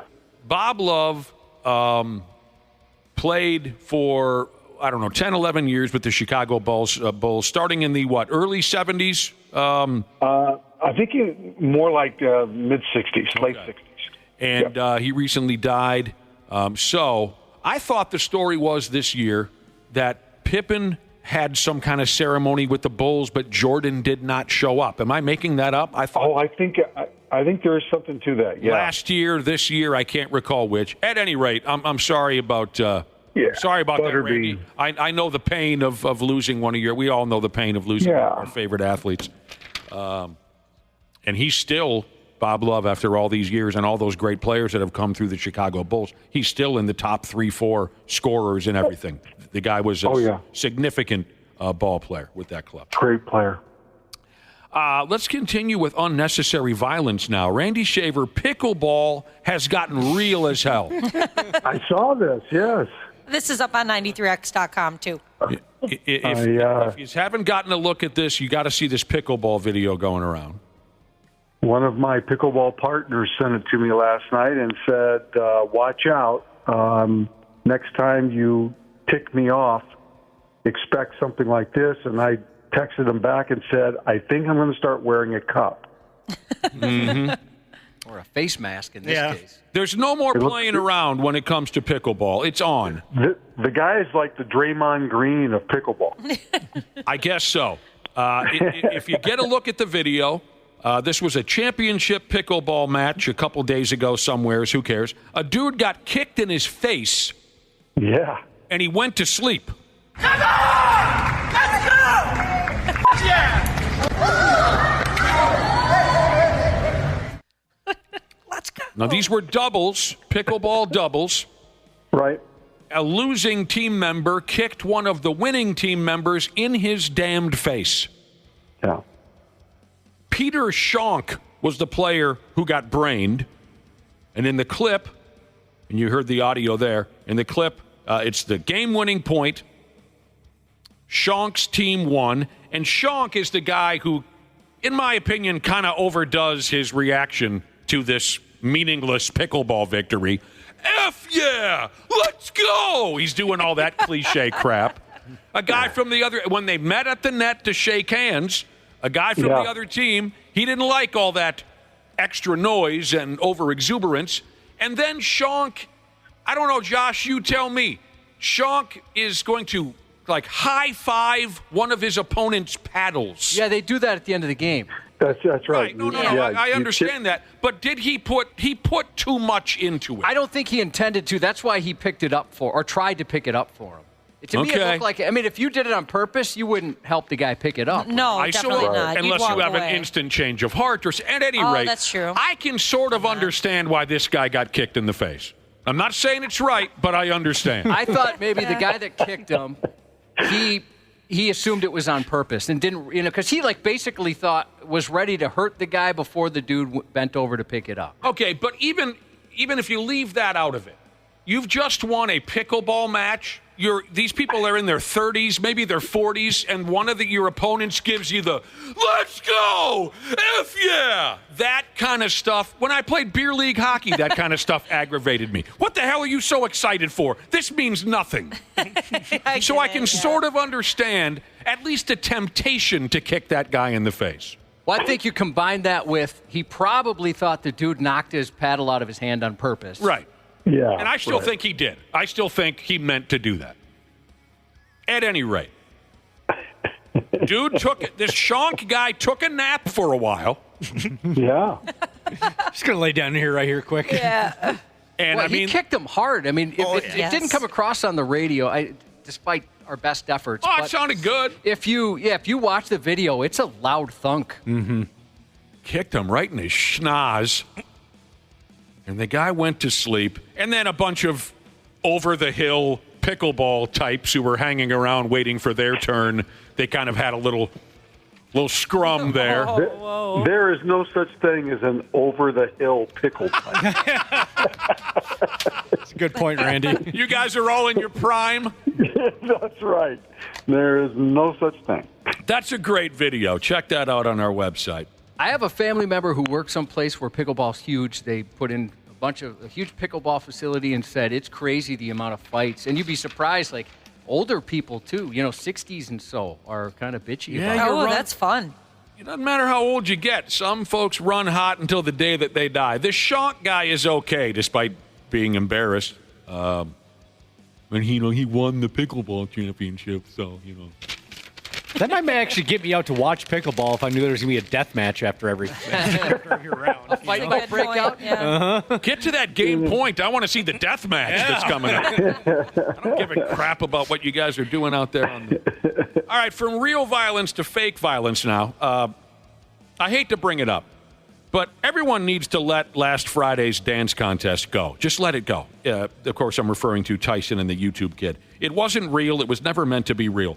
The reason I bring it up, I was reading some articles yesterday. There are people on social media saying, I'm beginning to suspect that the fight might have been rigged. Are you serious? Are you that dumb? Gosh, people. There's people breaking down the footage and stuff. Yes. You need to touch grass. Yeah. They are. They're breaking down little bits of video. Jesus, people, of course it was rigged. It was planned out weeks ago. They're pointing out video of where the YouTube kid was signaling Mike Tyson to take it easy on him. For example, look at this piece of video where Tyson hit the YouTube kid hard, and then the kid signaled Mike by sticking his tongue out. That's just really gross, by the way. Stop investigating this. It is a waste of time to investigate this. Yes, this was never meant to be a real fight. It was a money-making event for two guys. That's all it was.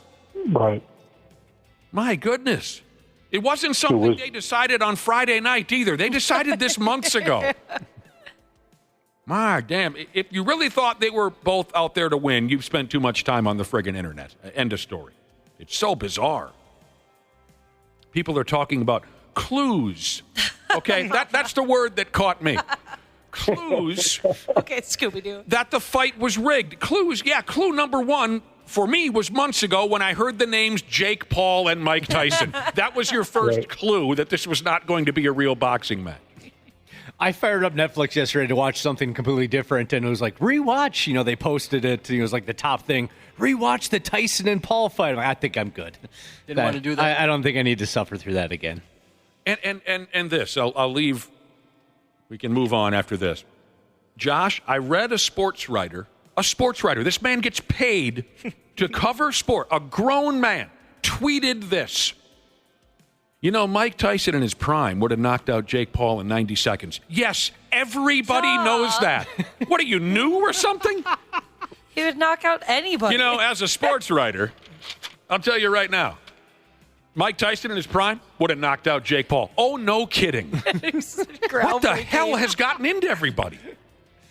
Well, I think it was a British guy, right? Maybe that makes it different. Was he British? Wasn't paying attention. And then this gimmick, you can bet your life on this every time.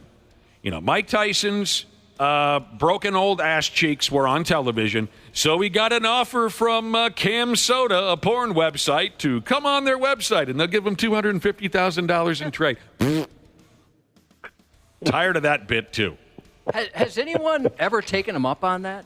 I haven't seen it. Not that I've followed it. Yeah, not that I know. It seems like they do this all the time. Oh, once they offer me something, I'm down. They won't. Yeah, they won't. Never going to happen. Not going to happen. And don't get me wrong, I like Cam Soda. I've found some fun videos on Cam Soda. But they just want to get their name circulating again. And listen to this. This is from the VP of camsoda.com, the porn site, Darren Parker.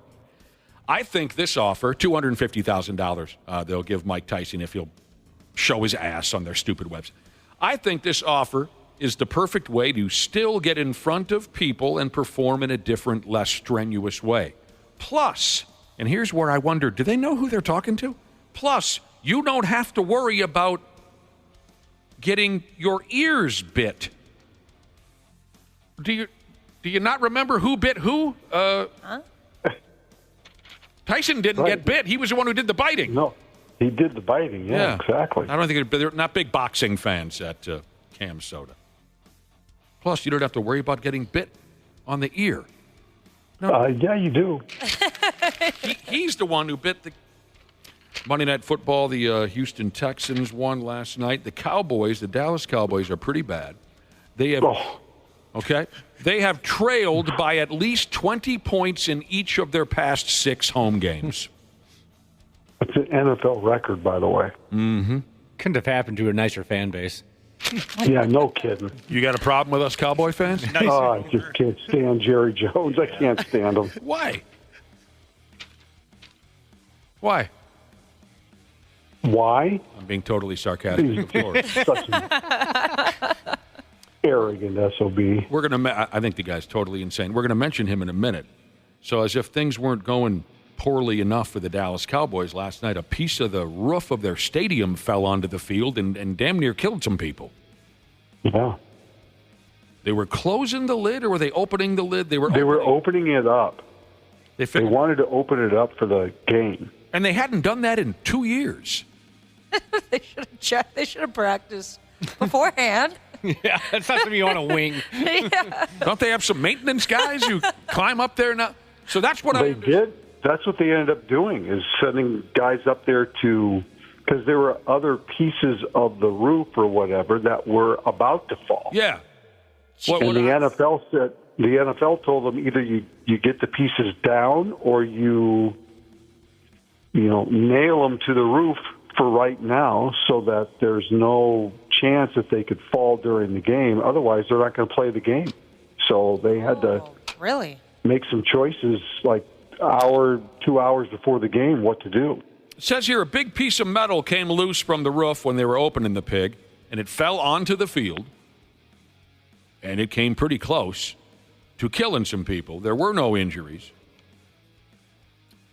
And this is, I don't know, maybe you'd call it insult to injury because the team sucks so bad. And there's been this big argument this year with the Dallas Cowboys about how the sun pours into that ballpark, right?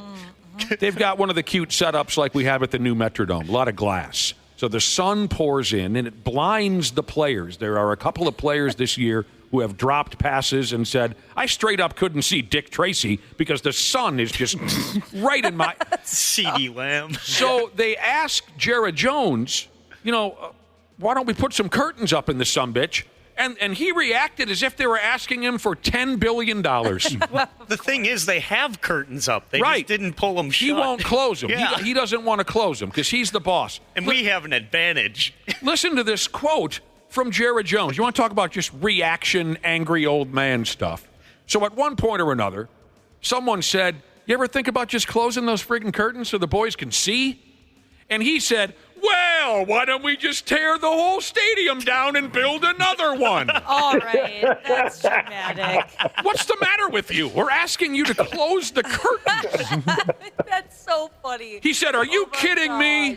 No, we're not kidding. What? That is perfect. You ever had that kind of confrontation with someone, Josh, where they just go full nuclear? Full on. From 0 to 100 immediately?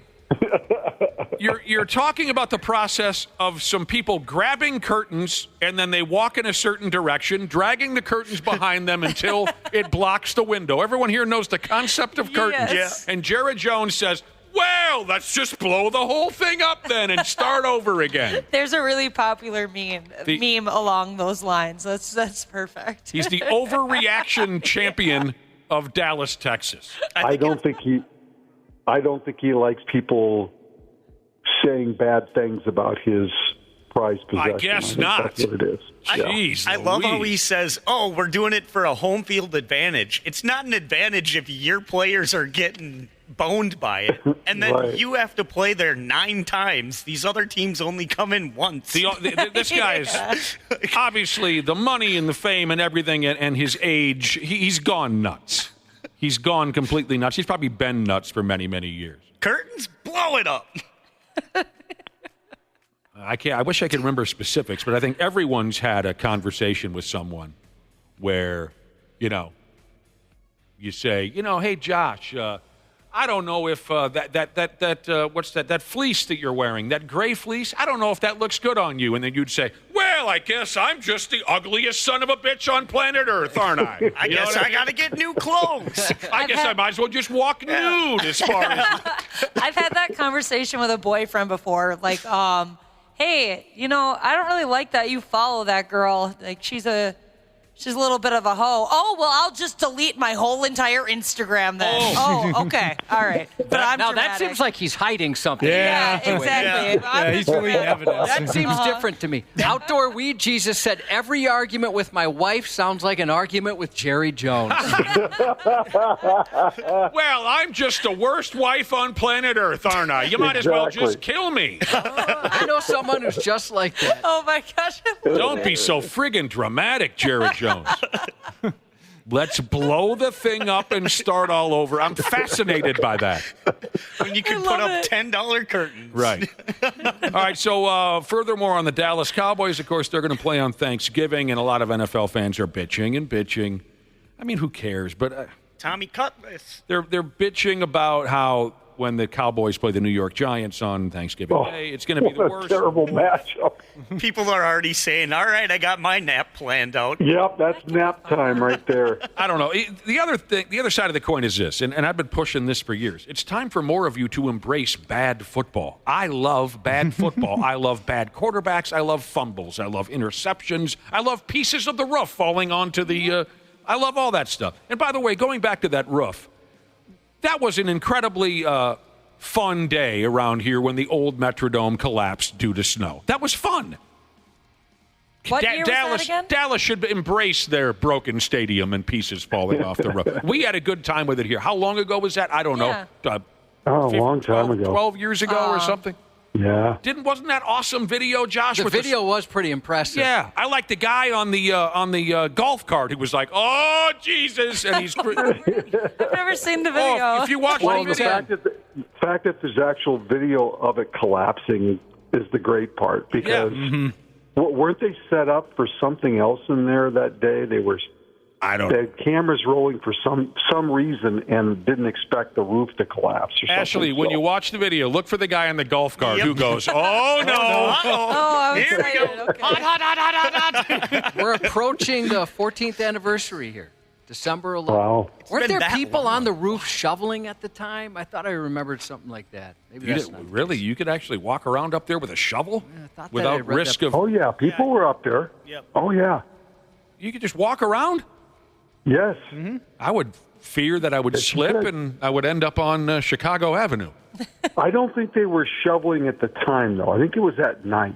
All right. At any rate, when the old Metrodome gave way due to snow, that was fun, and it set up a couple of fun outdoor games at the U of M. Yeah, they had to go. They had to go play other places in Detroit. I loved it when they played at the U of M. That field was just a block of ice, and everyone was miserable, and Brent Favre got his brain splashed all over the. It was a lot of fun. The whole gimmick was fun.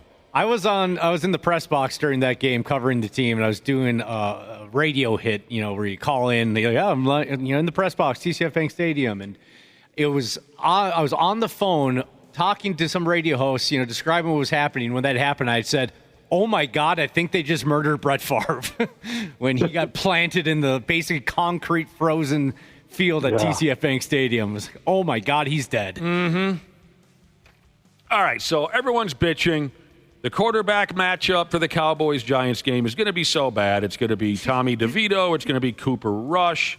But they go on to say, thankfully, the two other games will be a little bit better. You got the Lions and the Bears with, Jared Goff and Caleb something or another. And then there's a night game, the Packers and the Dolphins, and you get the Tua and you get that Jordan Love. But the Vikings have to feel left out. Everybody in the division's playing on Thanksgiving Day. Oh, yeah. Suck it up and enjoy bad football is what I say. Are they Is the Cowboys game the 3 o'clock game? Do you know? Do they have the time? Yeah, it goes Detroit, then it goes Dallas, and then it goes Green Bay, from what I understand. Gotcha. Now, the popular thing now that people call for is, well, why don't you just flex this game or that game? Not just on Thanksgiving, but anytime a matchup looks a little bit less than desirable, well, flex it out of the way. Have this team and that team play, and move that other. An upcoming game that'll also people are complaining about is in a couple of weeks, the Bengals play the Cowboys on Monday Night Football. So no one wants to see the Cowboys because they suck, and the Bengals also aren't having the greatest year. Don't hold your breath on that game being flexed out of the way, and that's because they've been working on this for months. That Bengals-Cowboys Monday Night Football game is going to be the game we talked about a few weeks ago where the Simpsons invade the scene, and Homer does this and Bart does that. So, okay, fine. It's not the greatest matchup in the world, but we all should be looking forward to all the Simpsons stuff. That'll be fun. Mm-hmm. Now it'll make it fun. Yeah. Marge is going to take some steroids and kick a 70-yard field goal. Whatever. Cool. So don't be calling out for that one to be removed. They can't. For months they've been doing all this, what's the word in the business, Josh? Animation. Well, the animation and the voiceover. That's That'll kind of be so hilarious cool. that was one of the reasons they decided, well, we can't change this. Well, yeah. We already got The Simpsons good to go. You're a big Nate Burleson fan, aren't you, Josh? I love the guy. He's a man of his word. He is. He wants to settle a bet that he lost on Sunday, but there's a problem. He can't find the fan that he bet with.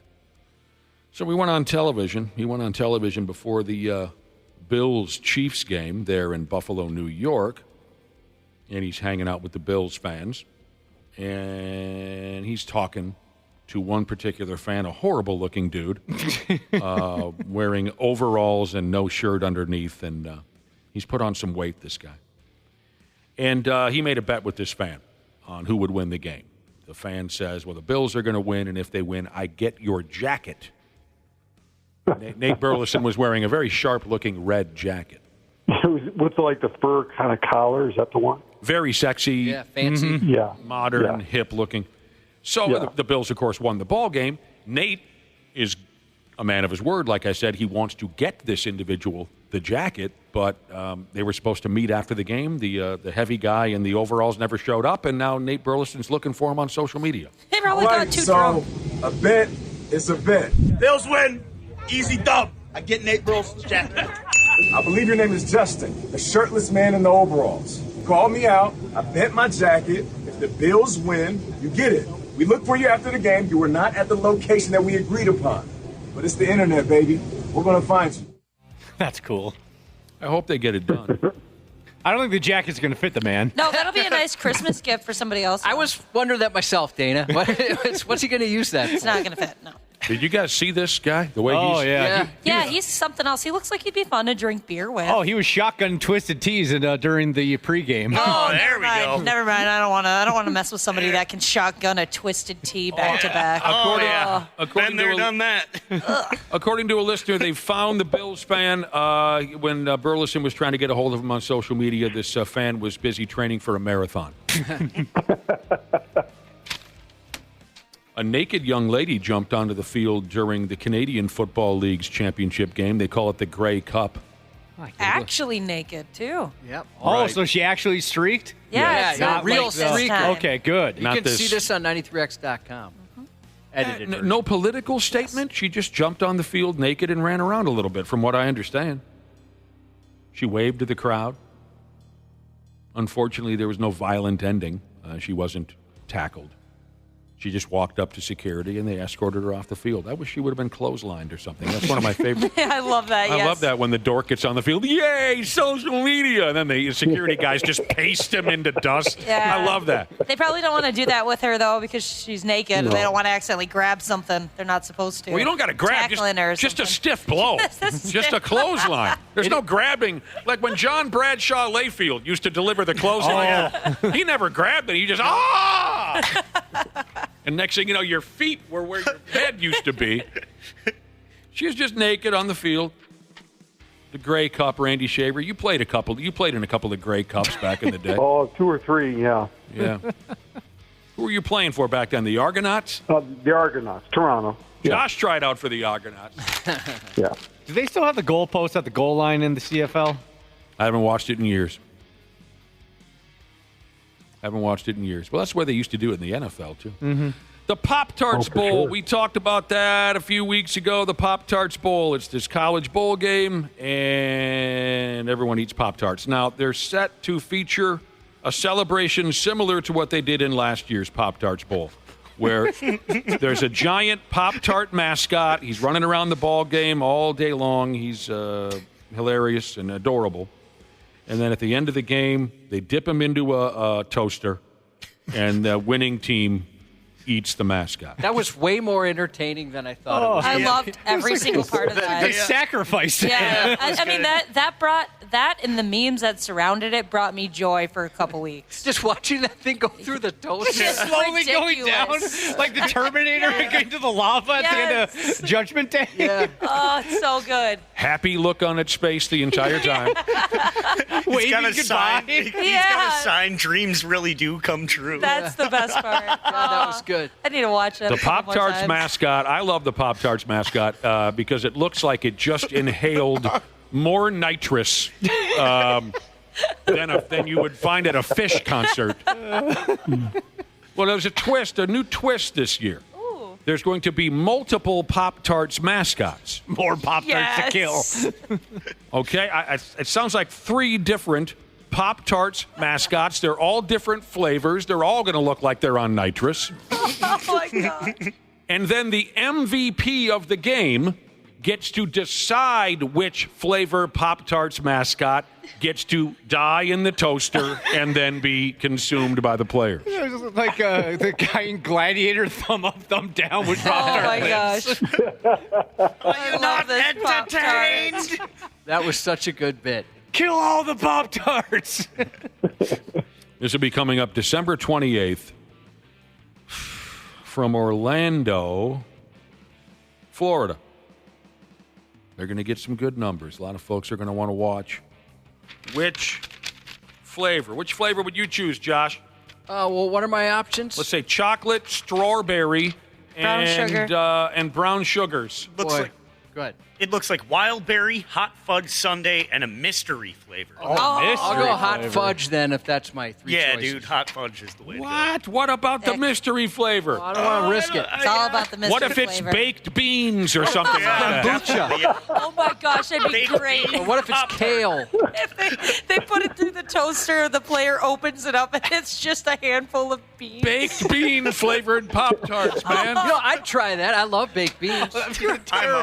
I need something else to go along with my hot dog on a summer night.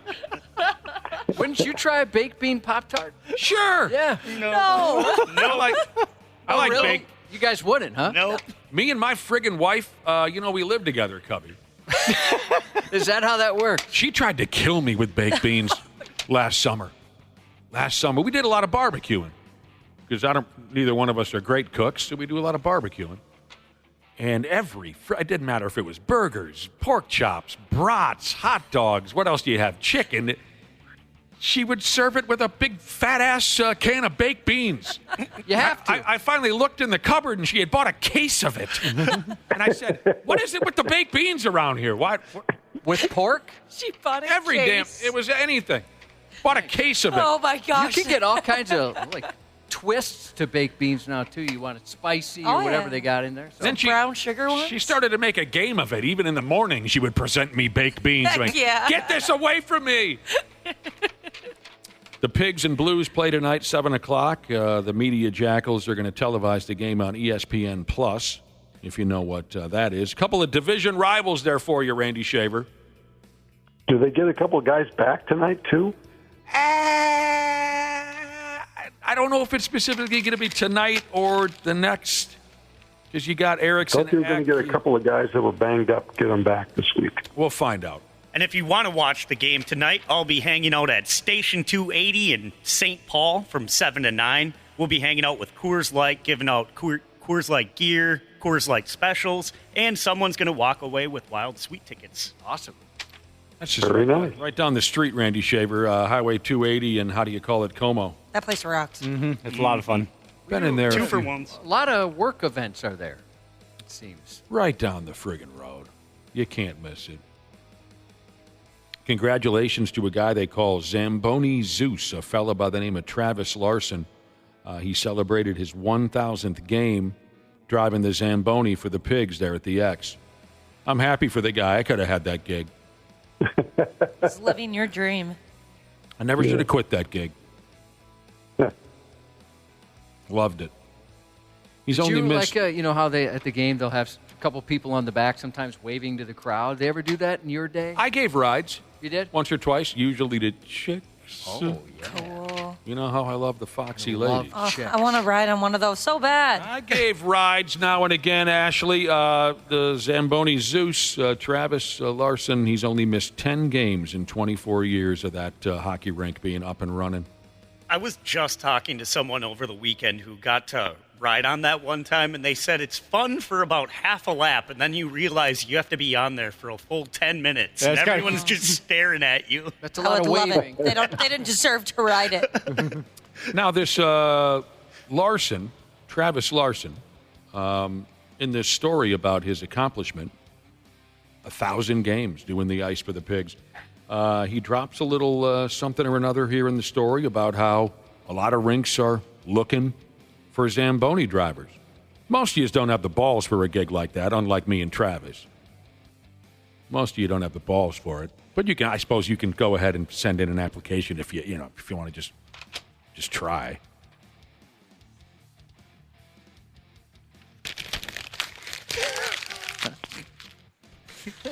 I was hoping for some more negative feedback from a comment. Gonna let you have that one. Yeah, it's all yours. Yeah.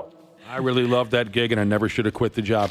I'll tell you, though, my very first day driving the Zamboni, that was the only day I effed up. And I mean, I made it a keeper, too. I'm sitting on the sumbitch. Guy was training me in. We get out onto the ice, and, again, it's beyond... Explaining how to drive a Zamboni is beyond a lot of your abilities to understand. I'll do my best. I've driven one. No, you haven't. So I'm out there on the ice, and it comes time to come off the ice. And after all of this, all these instructions I'm being given about the water levels and the blade and this and that, as we're approaching the exit to roll off of the ice back onto the concrete and into the garage, the guy says, now this is the most important part. You got to pick that blade up. Don't drag that blade across the concrete. And I said, I got it. Sure as hell, I forgot. Within about 5 seconds, I forgot to turn the wheel and pick up that blade. So when we got on that concrete, just... Oh, no. That just gave me a full body chill. Oh, I just tore the blade to pieces. Oh, that was awful. But that was the only mistake I ever made.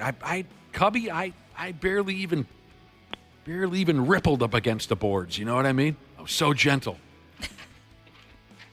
Like I said, a lot of you don't have the balls or the... I don't think we have the intellect to understand. The intellect, exactly, to understand the job. People keep texting me about this. Okay, yeah. Alex Ovechkin of the Washington Capitals is creeping closer and closer to Wayne Gretzky's career goals record. Okay, he got a hat trick the other night or something Ovechkin did. He's going for 894 goals. Right now, he's, 42 shy of that. People keep texting as if it's going to happen tomorrow. I'm aware. We're all aware, right? Ovechkin might possibly get there this year if he stays healthy and this and that. So just so you know, we are aware.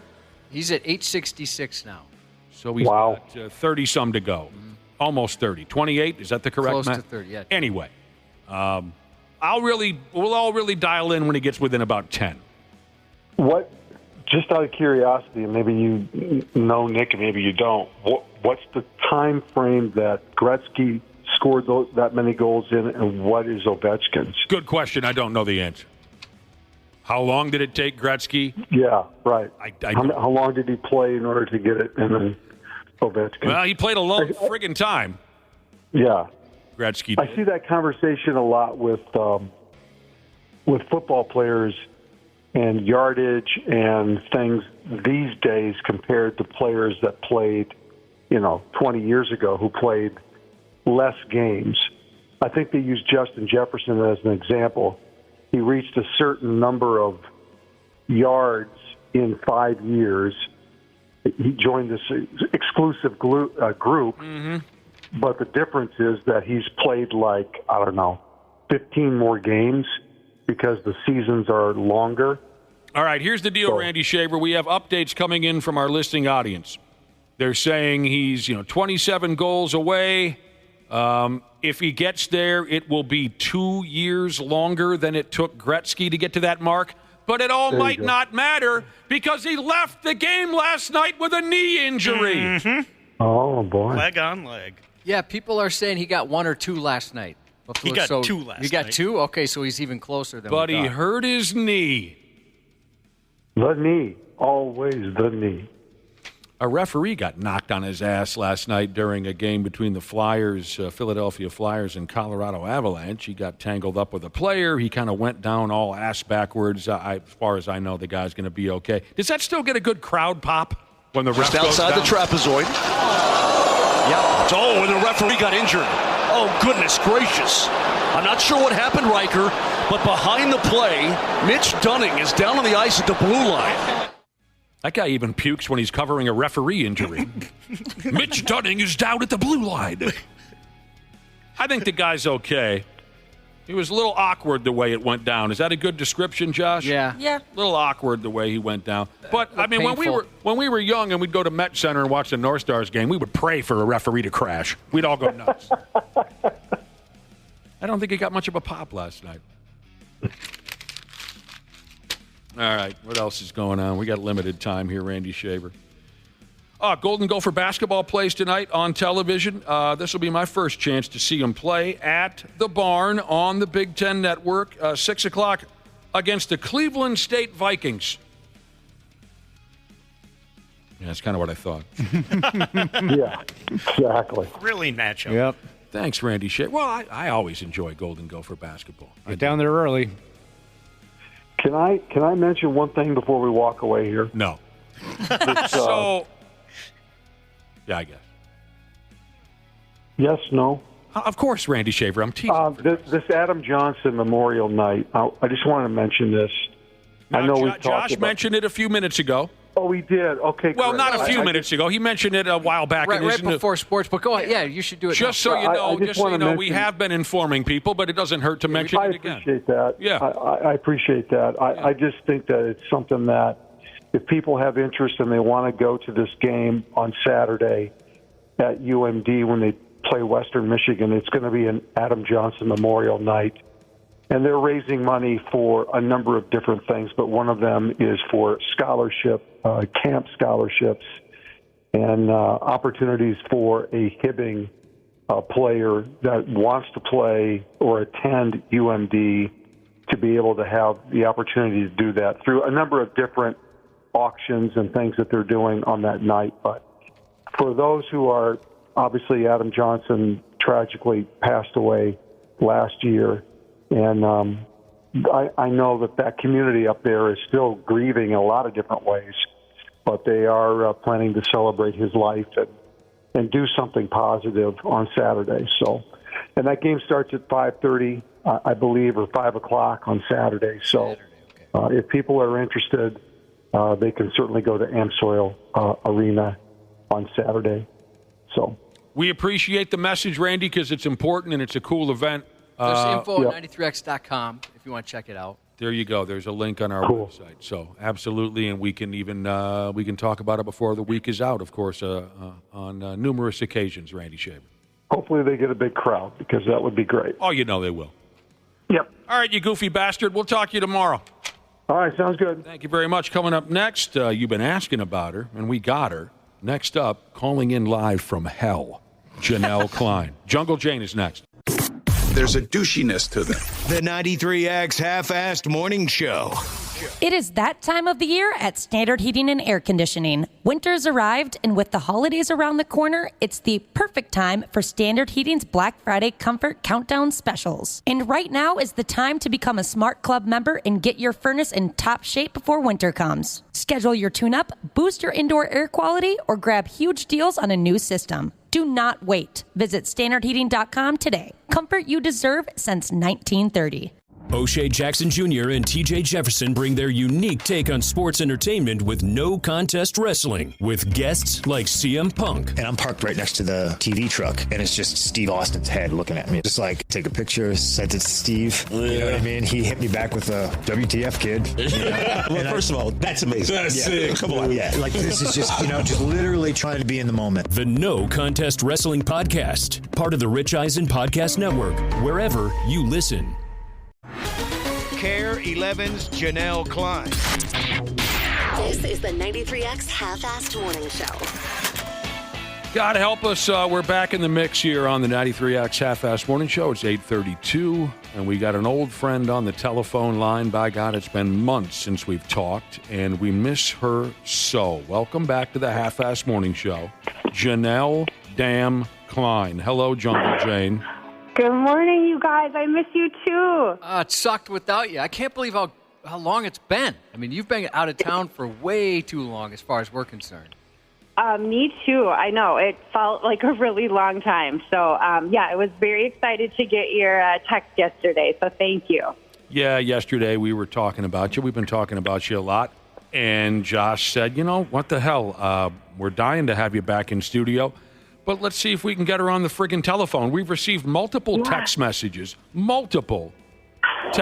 wondering where you are, when you'll be back. Talk to us. What the hell's been going on for the last couple of minutes? We know you have a job to do. And we would never. And we don't like that. No, we don't. But we understand. Your job should be to be our friend. Yeah, I mean, that being your guys' friend is a kind of a full-time job. Kind of drags sometimes.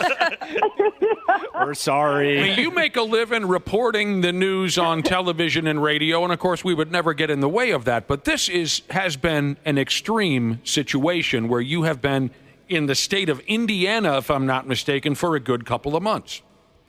Yes, it has been almost 2 months. I have been covering this case for quite a few years. I think I've maybe talked about it once or twice on our show, but it is a double murder case in Delphi, Indiana, which is about 2 hours north of Indianapolis. And so it happened in 2017, but the trial just happened this fall. So I got assigned to the trial. And I was there through, jury selection all the way to the verdict. So that's why I've been gone. That's what I've been doing. Well, and so the trial is over. Why aren't you home yet? Yeah. Well, I'm going kind of back and forth and doing interviews and kind of just some work like after the trial that we still have to do. Okay. So I'm still kind of wrapping things up, but hopefully we'll be back kind of full time in Minnesota soon. You gonna write a book about this whole ordeal? It sounds like you've pretty invested in it. Yeah, you know what? It's funny. Other reporters actually have written a book about it. Oh, wow. It's such a wild case. Is that right? We did a show for Hulu. I know there are some people in our listening audience that love true crime, and there is a show on Hulu that I contributed to, and I think there's also one on HBO Max. I haven't seen either one, but that's part of what I was doing when I was there, is working on this show that's on Hulu right now. We did have some listeners that pointed out that they saw you on the Hulu show. Oh, really? Okay, yeah. I don't want to watch it because it's probably so embarrassing, but it is a really interesting case. And anyone who's interested in true crime might want to check that out. Well, I mean, we're happy that you're at least in the process of wrapping things up. But has this been like the longest gig you've ever been involved in your career, where you're out of town for this amount of time? Yeah, this is one of them. I mean, sometimes I'll do things where I'll go back and forth. Usually other trials. That's where, they let you kind of come home. And then I've done some trials in Minnesota where, I've been able to go home every night. So that's been nice. But this one was long. I don't think I expected it to go quite this long. I thought it might go 3 weeks or so, but with jury selection, and then the trial went way longer than I think anyone really expected, and then the jury deliberated for a long time. So it just got longer and longer. Now, we were all ready to come home for sure. People love this kind of stuff these days, don't they, Josh? True crime it's and all huge, that. yeah. So it's like Tops podcasts, TV shows, movies. I don't follow such things, and so I didn't follow this. You said Delphi, Indiana, a double murder. When I asked Ashley about it earlier, she sort of cringed and didn't even want to say a word about it. Was this some really dark stuff? Do you feel comfortable discussing what you've been covering the last couple of months? Yeah, no, I'm happy to discuss it. It was horrible. It is horrible. It's so kind of the summary is that 2 teenage girls went on a hike on a afternoon where they had school off one day in February of 2017. There's kind of a nature trail near this little town. And they went, one of the sisters dropped them off for this hike, and one of the dads was supposed to pick them up like an hour or two later, and they just disappeared. And during the time they were on the walk, they were Snapchatting videos. And so after they went missing, they found one of the girls' phones, and the last thing on the phone was this Snapchat video showing a man walking behind them on this trail. Oh. And they think he's saying on the video, "Guys, down the hill." And that's where they ended up finding their bodies, kind of down the hill off this hiking trail. And they didn't arrest anyone for, I think it was 5 years. And then they finally arrested a guy who was working at the local CVS store. And he swears he has nothing to do with it. And during the trial, we found out there was no DNA. There wasn't really any physical evidence tying him or anyone to the scene. But they ended up putting him in solitary confinement because they didn't have a proper place to house him while he was waiting for his criminal case to play out. And while he was in solitary confinement, he went into psychosis and confessed, I think it was 60 or 65 times, something like that. Jeez. So that was kind of the whole point of the case, is they said, well, we have a guy that confessed to this. But then, of course, on the defense's side, they said, well, he only confessed because he was mentally ill. He was losing his mind while he was in jail. So it was a really interesting case. Are you able, in your position, and I'm not trying to put you on the spot at all, so maybe you can't. Can you say your thoughts, like just as someone who viewed everything, how you thought the trial went? Like, did you have an opinion on whether or not he was guilty or innocent, or if you're allowed to say? Yeah, no, I don't mind. I will say this, Josh. This might be the first trial I've ever covered where I honestly don't know. I mean, I think usually you go through a trial and you think, okay, they got the right person, or someone's found not guilty, and you say, yep, I can see why the jury found that. In this case, I was a little surprised. He was found guilty last week of all 4 counts of that were against him, and I honestly did not know which way the jurors would go, and I just don't know. I watched all of the evidence, and I just don't know if he did it or didn't do it. I have no idea. There's a lot to this case, so anybody who's really interested can look at it. But there are, I think, quite a few other suspects and possibilities as to what happened here. So it's hard to say if it really is him or if one of these other scenarios could have been the right suspect. I just don't know. It's just quite a case. Yeah, I guess so. Like Nick, I haven't followed it too much. I've heard of it, but I details. Hearing about kids getting killed, I can't do it. But what's his demeanor like? Does he have a vibe? Like when they talk about serial killers, some of them you're like, oh yeah, I could see that. And others like, no, he's the most affable guy you can imagine. So charming. Yeah, it's funny you say that because I have been around people that, during trials where you go, yep, I can see this guy being a murderer. You just kind of like you said, you get that feel from someone. I don't get that from this guy at all. But that doesn't mean someone can't do it. I just don't know. I think he definitely has mental health issues now, but I don't think he did before. So I do think that probably played a big part in how this all, went down with his trial. But it's really hard to say. One thing I will say that is really interesting and that they did get into a little bit in the trial is, we always joke about how tall I am, and I was sitting in the front row. They put the media in the front row of the courtroom, and the first day when the judge comes in, they say, all rise, and we all stood up. and I'm 5'10", and he stood up and he's 5'4". He's a really small person. Yeah. So when you just think about it physically, that was, a factor in his defense where they said, how could a man 5'4" who's has a really slight build do this to two girls who were 14? They weren't like little. But I don't know. I mean, when there was also a gun involved in the case, which you can, kind of look into that again if you're interested. So, I mean, I don't know enough about how this all could have happened. If you really, again, I think when I look at all the evidence, I just can't picture how this could have all went down. I just don't know. They didn't go after him for, they didn't, it's just going to be jail time, not death penalties looking at when sentencing comes? Right. It's not a death penalty case, but he's eligible to have, I think his sentence could be 130 years. Oh, wow. So, and I think he's in his 50s, so it would be a life sentence. With probation after 115 or something like that? Yeah, right. And this is why people are so drawn to this kind of stuff, because, they want to come to their own conclusion, and they want to, play it all out in their head.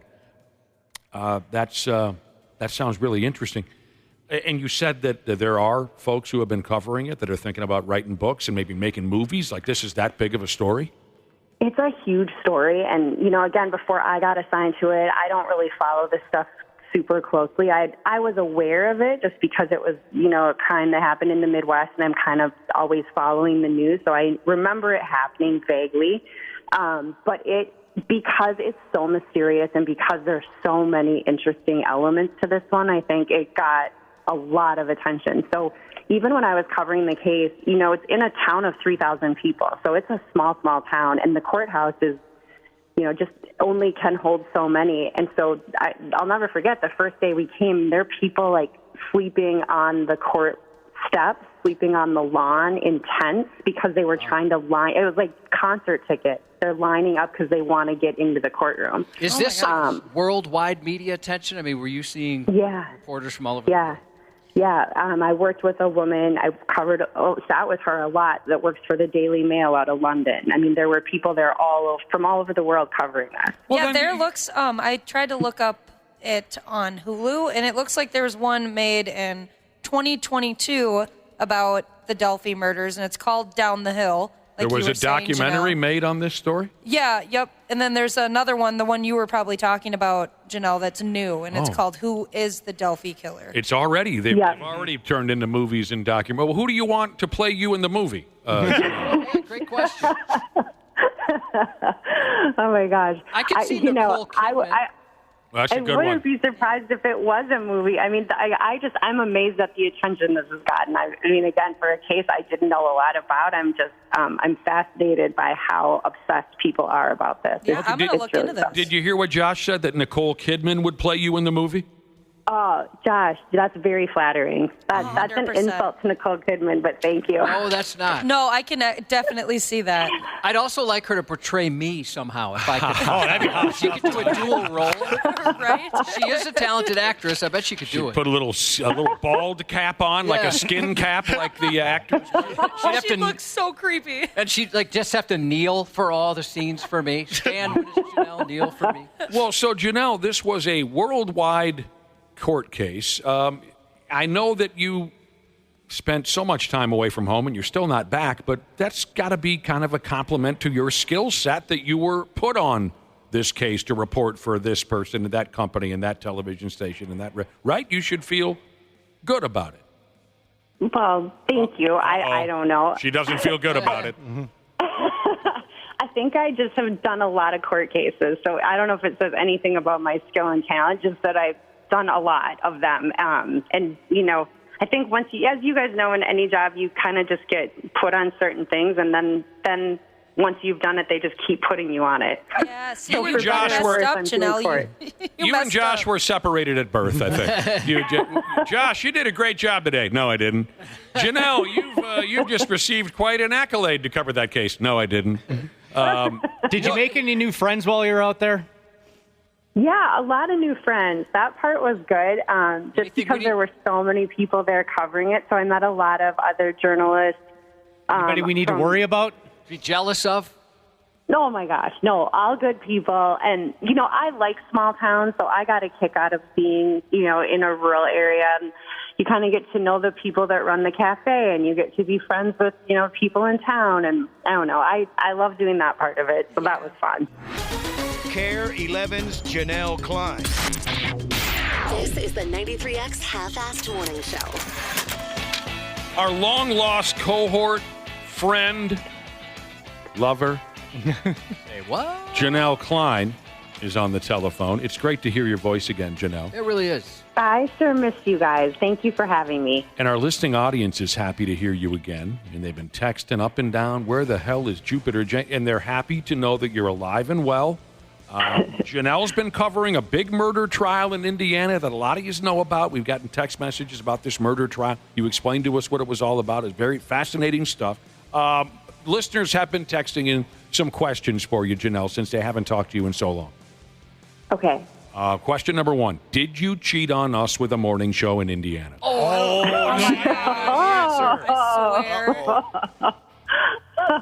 I'm kind of insulted anyone would even ask that. Who could be better than you guys? Okay. No one. Okay. No one. She's laying on a little thick, isn't she, John? Yeah, a little too much. The second no one, when she kind of elevated her voice, said to me she definitely did. I didn't talk to anybody. I didn't talk to anybody. That kind of thing. Another question for Janelle. She's been gone for 2 months, working. She's a hard-working lady covering this trial. Another question. How many pairs of clean underwears do you pack when you're going to Indiana for 2 months? I don't know if I ever counted, but I mean, you've got to pack a lot because you brought all of them. You never know. Everything. Yeah, you throw everything in your suitcase when you go. How many days did you pack for originally? I didn't know how often they were going to let me go back and forth, so I think I was always prepared to be there for like 2 weeks at a time. Okay. But some of my coworkers ended up having to go shopping while we were there because we just wouldn't get a break. Yeah. Dude, 2 weeks. Are you staying in a hotel, or do they rent you a house, like an Airbnb or something, or what do they do? Yeah, we stayed in a hotel. So Lafayette, Indiana, which is where Purdue University is only about 20 miles away. So that's where we stayed in a hotel the whole time. Eating meals at restaurants every night, living in a hotel. Yep. You got all your underwears, every damn last pair in a garbage bag. You're prepared for everything. But, any gentlemen callers, perhaps? What? Maybe a visitor from home or home? No, but it was like being in jail, you guys. There is no fun to be had. Now, Josh and I pretty well at this point. We don't like to be away from home. We miss the comforts of home. What do you miss the most about all your time away? Is it just the comforts of your own little apartment and sleeping in your own bed? What have you missed the most? We've missed a lot of things with you out there. What have you missed the most? I would say just sleeping in your own bed gets challenging the longer you're gone. And then, like you said, anyone who travels for work, I think, understands this. Like, it's so fun to go to dinner with friends or with your family or, whatever, when you just look at it as a treat. But when you have to do it every night for, 6 or 8 weeks, it gets old really quickly. Okay. Has anyone, there's stories going around. Well, it's happening nationwide, but it's also happening here where people are breaking into homes at an alarming rate. And sometimes people who are, like yourself, in the public eye and who are gone. I mean, does somebody watch in your house, I hope?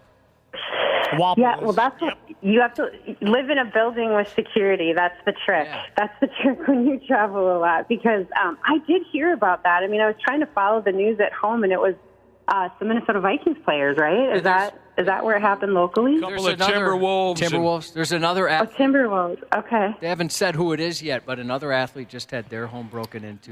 Janelle, that makes me wonder. So when you go out of town for like a month or a month and a half at a time, do you just not pay your bills at your apartment, or because you're never using the electricity, or do your bill companies ever hit you up who's paying the bills over there? You haven't used water in a month and a half. Are you okay? Everything's on auto pay, and I don't know. I've been doing this so long, you just kind of get it set up so that you know that you have to leave. This one was maybe a little easier because I knew for a while, like a couple weeks in advance. I mean, I knew the trial was coming, and I thought there's a chance I'm going to get put on this because I knew the case, but yeah, you kind of have everything set up so that even if you get called away last minute, that you know everything's taken care of. You know, along those lines, my goal, just once in life, I want to use my furnace so infrequently that the gas company calls or sends a welfare check. I want the Egan cops to show up at my house, just make sure I'm okay, because I haven't used the furnace in a long time. Josh hates the furnace. He hates hot. He loves cold. I do. Now, again, like I mentioned, Janelle, a lot of our listeners are texting in, and they're just very happy to hear your voice again. And a couple of them, and this is funny to me, a couple of them are very excited to specifically hear that your delivery hasn't changed. There were a couple listeners that were afraid, and this is a douche move, and everyone knows it, that you'd come home with an accent after being in Indiana for 2 months. Has everyone known that person who went away, I don't know, a couple, 3, 4 months, 6 months, maybe even a year, and they come back with a completely different accent? Absolutely. Yep. I hate that bit. The most extreme was a British accent. And not just like every once in a while you hear something like, there's something there. Yeah, just full on over the top. Monty Python. Like you were like you're doing a joke. Like if you were doing trying to be Irish, you're like, hello, laddie. So over the top. It was just comical. You must have gone to Ireland for a week and a half. Yeah, so I'd be like, did you get the same apartment? Yeah, I've got the same flat. Yeah. Mm-hmm. So a couple of our listeners were happy to hear, Janelle, that you're not coming home with a brand new made-up accent after spending a couple months in Indiana.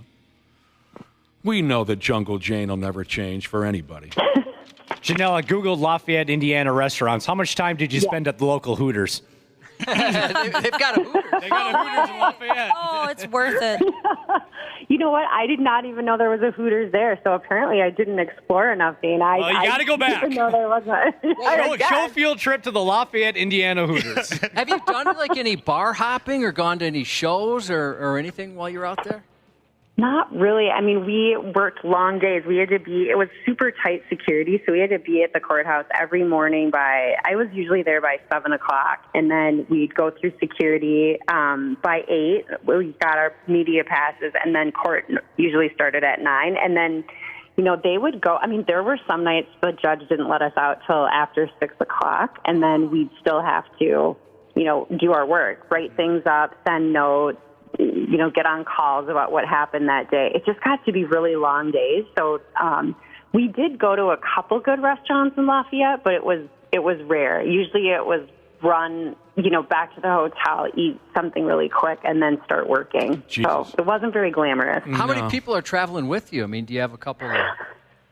Yeah, I was the one person there consistently in my group, but then there were people flying in and out from New York and Denver, Columbus, Ohio. We had kind of a group, Chicago. We had people kind of in and out during the whole thing, doing different things. But then I was always the one that was in court every day. That was kind of the point person through it. So we probably had a group of, 6 people total. And then there were some people that were also working on it remotely in New York, too.